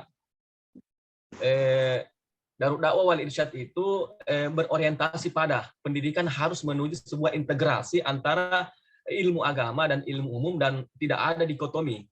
Jadi ketika misalnya anak-anak atau santri-santri belajar tentang fisika atau biologi dan sebagainya, di situ saya pernah mendapatkan ayat-ayat kauniyah ya, ayat-ayat kumpulan ayat-ayat yang membahas tentang fenomena-fenomena alam. Artinya di samping kita mempelajari kajian-kajian ilmu-ilmu alat dan sebagainya, misalnya ilmu bahasa Arab, ilmu nahwu Arab, ilmu dan sebagainya, itu adalah siswa atau santri juga diharapkan bisa memahami ayat-ayat yang sifatnya itu kauniyah ya. Misalnya ketika belajar tentang bagaimana proses terjadinya hujan, maka santri juga harus memahami ayat-ayat yang berbicara tentang hujan itu. Mungkin itu Pak tambahan-tambahan dari bagaimana konsep kurikulum yang dikembangkan oleh Stadion Maros DDI. Makasih Pak. Baik, ya. Terima kasih kepada pemateri. Apakah masih ada yang mau bertanya? Saya kasih satu terakhir penanya terakhir untuk mengajukan pertanyaan. Oke, kepada Ya, Bunda. Saya mau bertanya, Bunda Akram. Habibah. Bunda Habibah, Pak Masya Ketua, Allah. Bu Ketua. Bunda tahu baru tahu. Bagaimana Bunda di rumah hujan? Jangan mau disuruh Bunda bertanya, jelas nih. Jelas. Mau Bunda, di mana kah Bunda ini baru cantiknya lagi Bunda. Selalu Silakan Bunda untuk Itu baru bangun tidur sudah cantik, apalagi kalau sudah mandi. Pak Adnan. Boleh bertanya tapi harus pakai bahasa Bima. Diberi waktu Bunda, nanti ribut di grup itu. Silakan Bunda, silakan. Harus pakai bahasa Bima. Bismillahirrahmanirrahim. Assalamualaikum warahmatullahi wabarakatuh. Waalaikumsalam. Sedianya saya bertanya kepada pemateri yang kedua, tapi sudah lewat. Ada beberapa hal tadi yang saya mau sampaikan, tidak menjadi masalah. Terus sekarang saya mau bertanya kepada pemateri yang ketiga yang luar biasa dalam hal ini. Yang berikutnya saya sangat hormat kepada seluruh peserta yang alhamdulillah saya melihat ada 28 orang yang masih setia dalam mengikuti kegiatan ini. Baik, Tadi sempat saya menyimak sedikit apa yang disampaikan oleh pemateri Al-Ustaz yang terkait dengan terintegrasinya kurikulum. Pertanyaan saya sangat sederhana sekali. Kalau kita melihat gambaran sebelumnya, begitu banyak kurikulum yang digunakan oleh ulama-ulama kita terdahulu. Mereka pada umumnya berhasil menjadi kiai dan mereka berhasil menjadi dijadikan panutan oleh kita semua. Yang generasi-generasi yang pernah belajar di Andrek Guruta Ambok Dalle. Pertanyaan saya sangat sederhana sekali, sejauh mana hasil yang dicapai oleh kita yang tentunya yang khususnya yang ada di DDI setelah terintegrasinya kurikulum yang pernah seperti kurikulum halakha dan terintegrasinya dengan kurikulum umum, apalagi sekarang sudah masuk K13 di apalagi dengan Merdeka Belajar. Itu barangkali pertanyaan yang saya mau sampaikan. Kenapa saya bertanya begitu? Gambarannya bahwa belum saya melihat belum nampak. Tidak seperti yang sebelum-sebelumnya. Kalau yang menggunakan halakha dan lain sebagainya nampak sekali tingkat ketawaduannya, tingkat keilmuannya dan lain sebagainya. Nah, oleh karena itu ketika terintegrasinya kurikulum yang lama sampai kurikulum Merdeka Belajar, saya belum melihat nampak yang kira-kira sejauh mana kalau kita mau presentasikan sudah berapa persen menurut hasil penelitian yang pernah dilakukan oleh Ustaz Pak. Ya, itu barangkali yang saya mau sempat tanyakan di sini. Assalamualaikum warahmatullahi wabarakatuh. Waalaikumsalam. Waalaikumsalam warahmatullahi wabarakatuh. Bunda itu mengkorelasikan antara zaman dahulu dan zaman sekarang tentang kurikulumnya, karena kan dulu kurikulum menggunakan halakha, sekarang itu sudah kurikulum merdeka.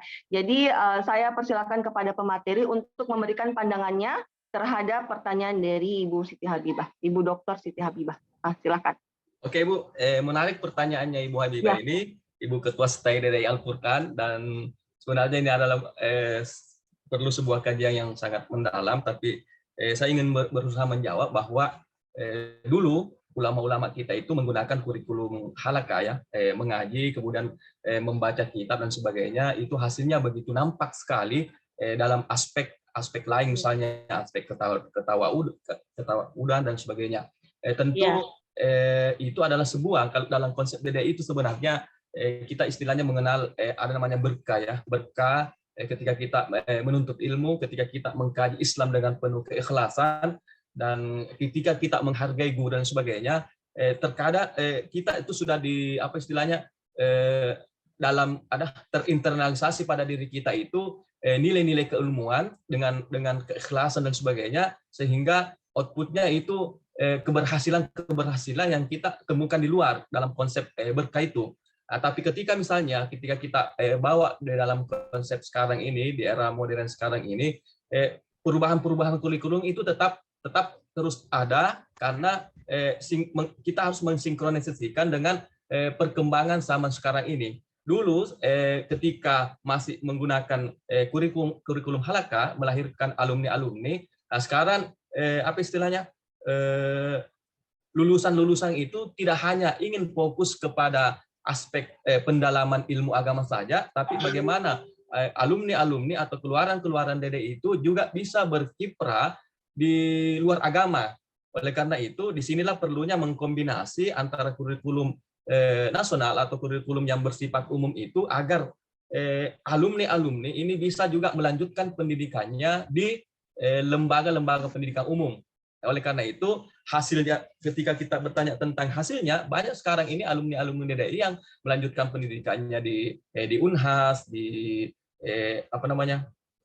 luar, di perguruan tinggi umum, yang lahir dokter, yang lahir misalnya ahli-ahli ekonomi, ahli-ahli hukum, dan itu adalah sebuah pembaharuan, hasil daripada sebuah pembaharuan yang dilakukan guru-guru kita, khususnya guru kita Kiai Haji Abdul Rahman Ambon Dalek, dengan mensistemasikan kurikulum itu. Namun dengan perkembangan selanjutnya, sebenarnya pembaharuan yang dilakukan oleh guru Haji Abdul Rahman Ambon Dalek itu adalah pembaharuan di masanya. Tapi murid-muridnya yang melanjutkan regenerasi ke pembina-pembina di perguruan tinggi DDI itu juga melakukan sebuah pembaharuan di bidang yang lain dengan sesuai dengan kondisi zamannya.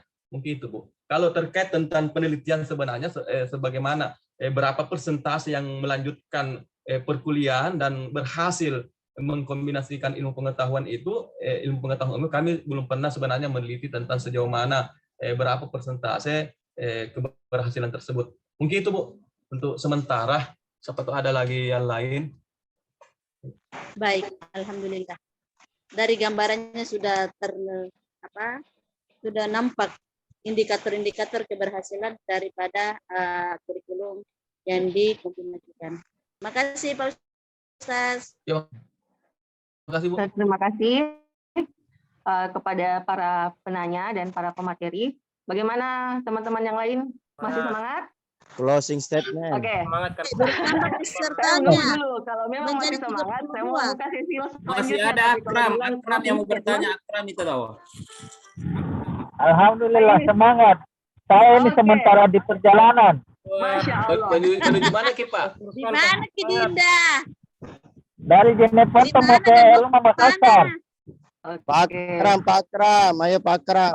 Oh, Pak Akram. Ini Pak Akram mau bertanya sepertinya nih. Terakhir Ya. ini ya, terakhir sekali nih. Terakhir Silakan sekali nih. nih.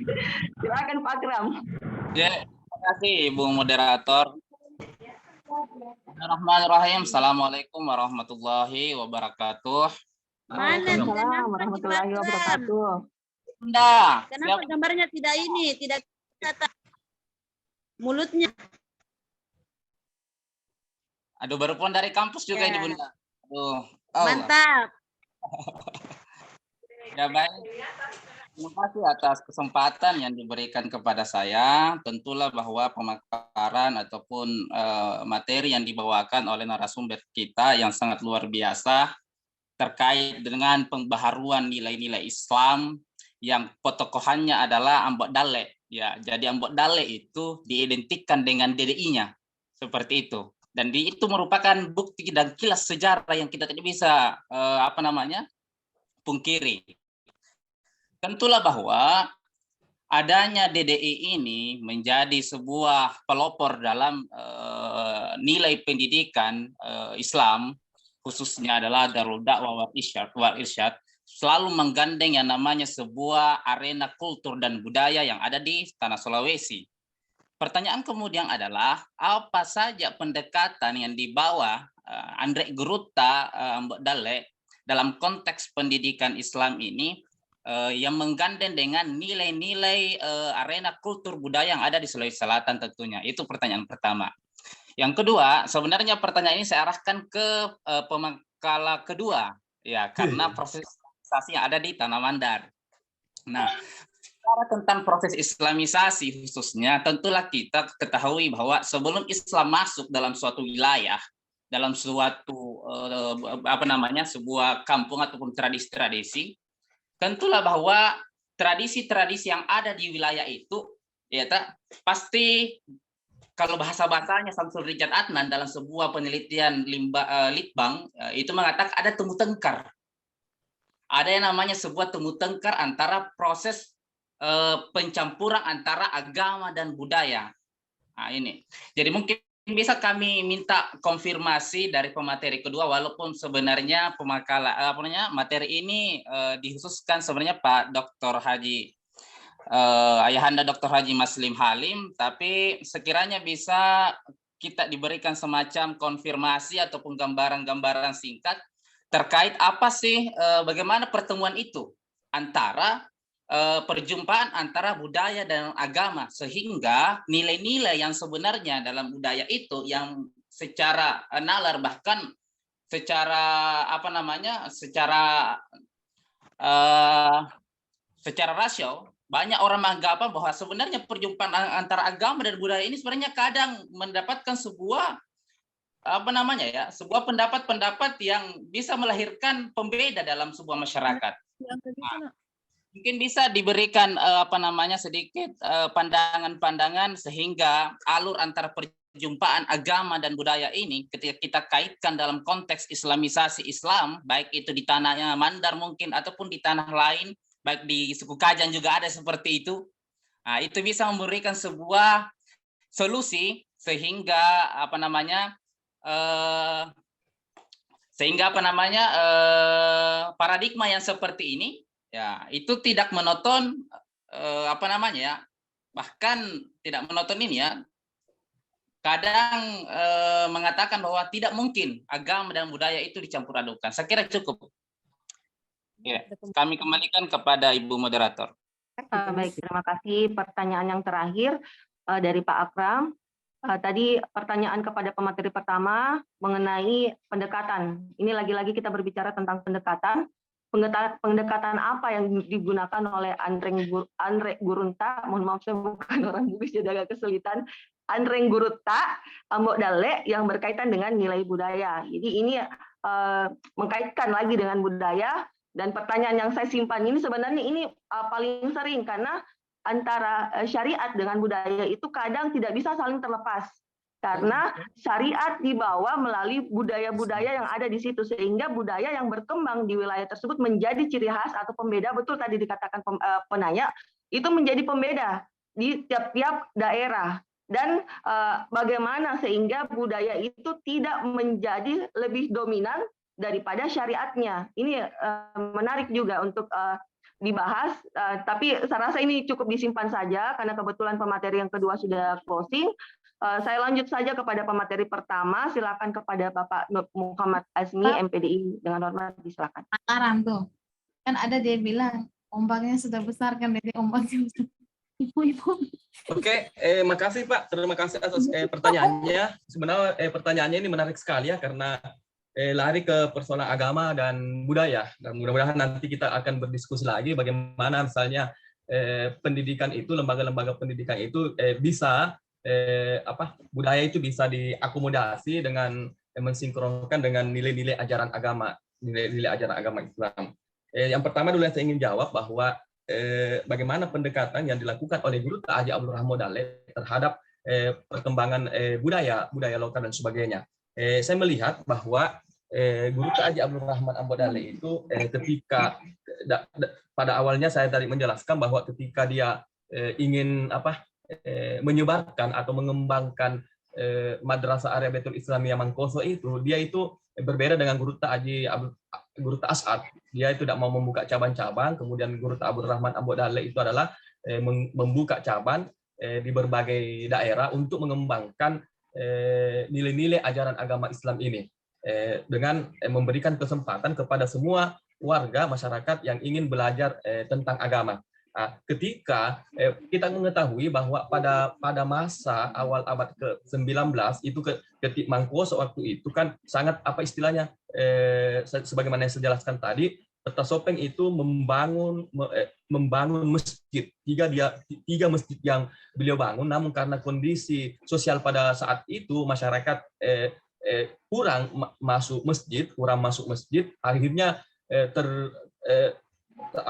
terbetiklah hatinya untuk bagaimana agar masyarakat ini pemahaman agamanya bisa bagus. Maka dibentuklah lembaga pendidikan dengan mengundang Guru Haji Abdul Rahman Ambodale. Tentu di sekitar masyarakat pada saat itu tentu ada budaya-budaya yang sangat bertentangan dengan ajaran agama Islam. Nah, tentu budaya-budaya tersebut dengan masuknya lembaga pendidikan Islam, disitulah budaya-budaya perlu diislamisasikan, karena budaya-budaya yang ada, yang kita baca, yang kita lihat dan yang kita amati di dalam sejarah itu kan terkadang ada budaya-budaya sinkretisme dan sebagainya, pengaruh daripada pengaruh Hindu, pengaruh Buddha dan sebagainya, dan itulah yang perlu diislamisasikan. budaya itu adalah akar segala cipta, karya dan pikiran manusia. Itu adalah budaya. Kemudian agama yang include-nya kepada nilai-nilai Al-Qur'an dan hadis itu adalah firman-firman Allah Subhanahu wa taala, wahyu-wahyu Allah Subhanahu wa taala, yang bagaimana agar budaya itu bisa menjadi terislamisasikan selama tidak melanggar daripada syariat ajaran agama itu. Mungkin saya pikir di situ. Kemudian mungkin itu aja Pak ya tentang Pak Akram. Ya. Baik, terima kasih kepada pemateri. Saya rasa cukup ya dari pertanyaan-pertanyaan yang sudah terlontar 6 penanya. Terima kasih kepada pemateri kita. Hadirin sekalian, saya closing statement. Demikianlah acara seminar nasional kali ini yang membahas tentang pendidikan Islam di Timur Indonesia. Sebelum sesi ini saya akhiri, saya sedikit catatan bahwa salah satu cara penyebaran agama Islam di Indonesia dilakukan oleh lembaga pendidikan yang dikenal dengan sebutan pesantren. Perannya sangat besar dalam masa-masa awal penyebaran Islam di Nusantara, melalui proses dakwah yang dipelopori oleh para ulama, sehingga nilai-nilai Islam yang dirasakan sampai saat ini dan eksistensi dari pondok pesantren yang ada di Nusantara dapat terjaga. Seiring dengan perkembangan meluasnya ajaran Islam di Nusantara ini, dulu sebelum menjadi namanya pesantren ini dikenal dengan nama Padepokan. Pesantren ini kerap diidentikan berupa bangunan tradisional yang dihuni para santri dengan kehidupan sederhana dan sangat patuh terhadap kiainya. Jadi di sisi lain, tidak sedikit pula yang mengenal pesantren dari perspektif yang lebih luas, yakni perannya dalam penyebaran agama Islam di Indonesia. Hadirin sekalian, saya ucapkan terima kasih sekali lagi karena sampai pukul 21:12 masih setia dan masih semangat dalam mengikuti seminar nasional hari ini. Saya selaku moderator Vita Dewi Yunia undur diri. Semoga apa yang disampaikan oleh kedua pemateri kita dapat bermanfaat bagi kita semua. Mari kita tutup dengan doa kifaratul majelis.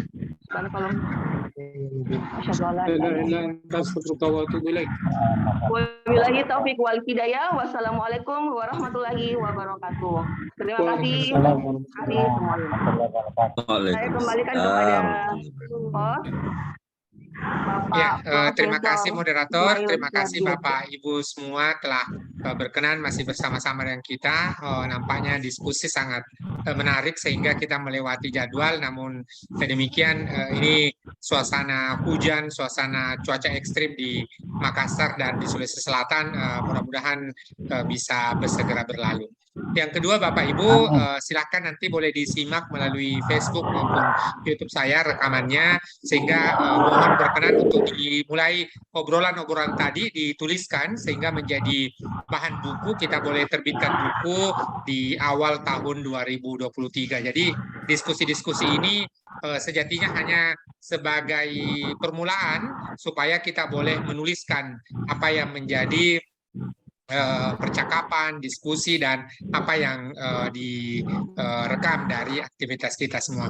Terima kasih Bapak Ibu. Insya Allah besok malam kita akan lanjutkan kembali hari keempat insya Allah dengan narasumber yang berikutnya. Dan terima kasih kepada Mas Sopasya Sarjana Setai Al-Furqan, Yai Alamanah Jeneponto yang turut menyemarakkan kegiatan kita diskusi.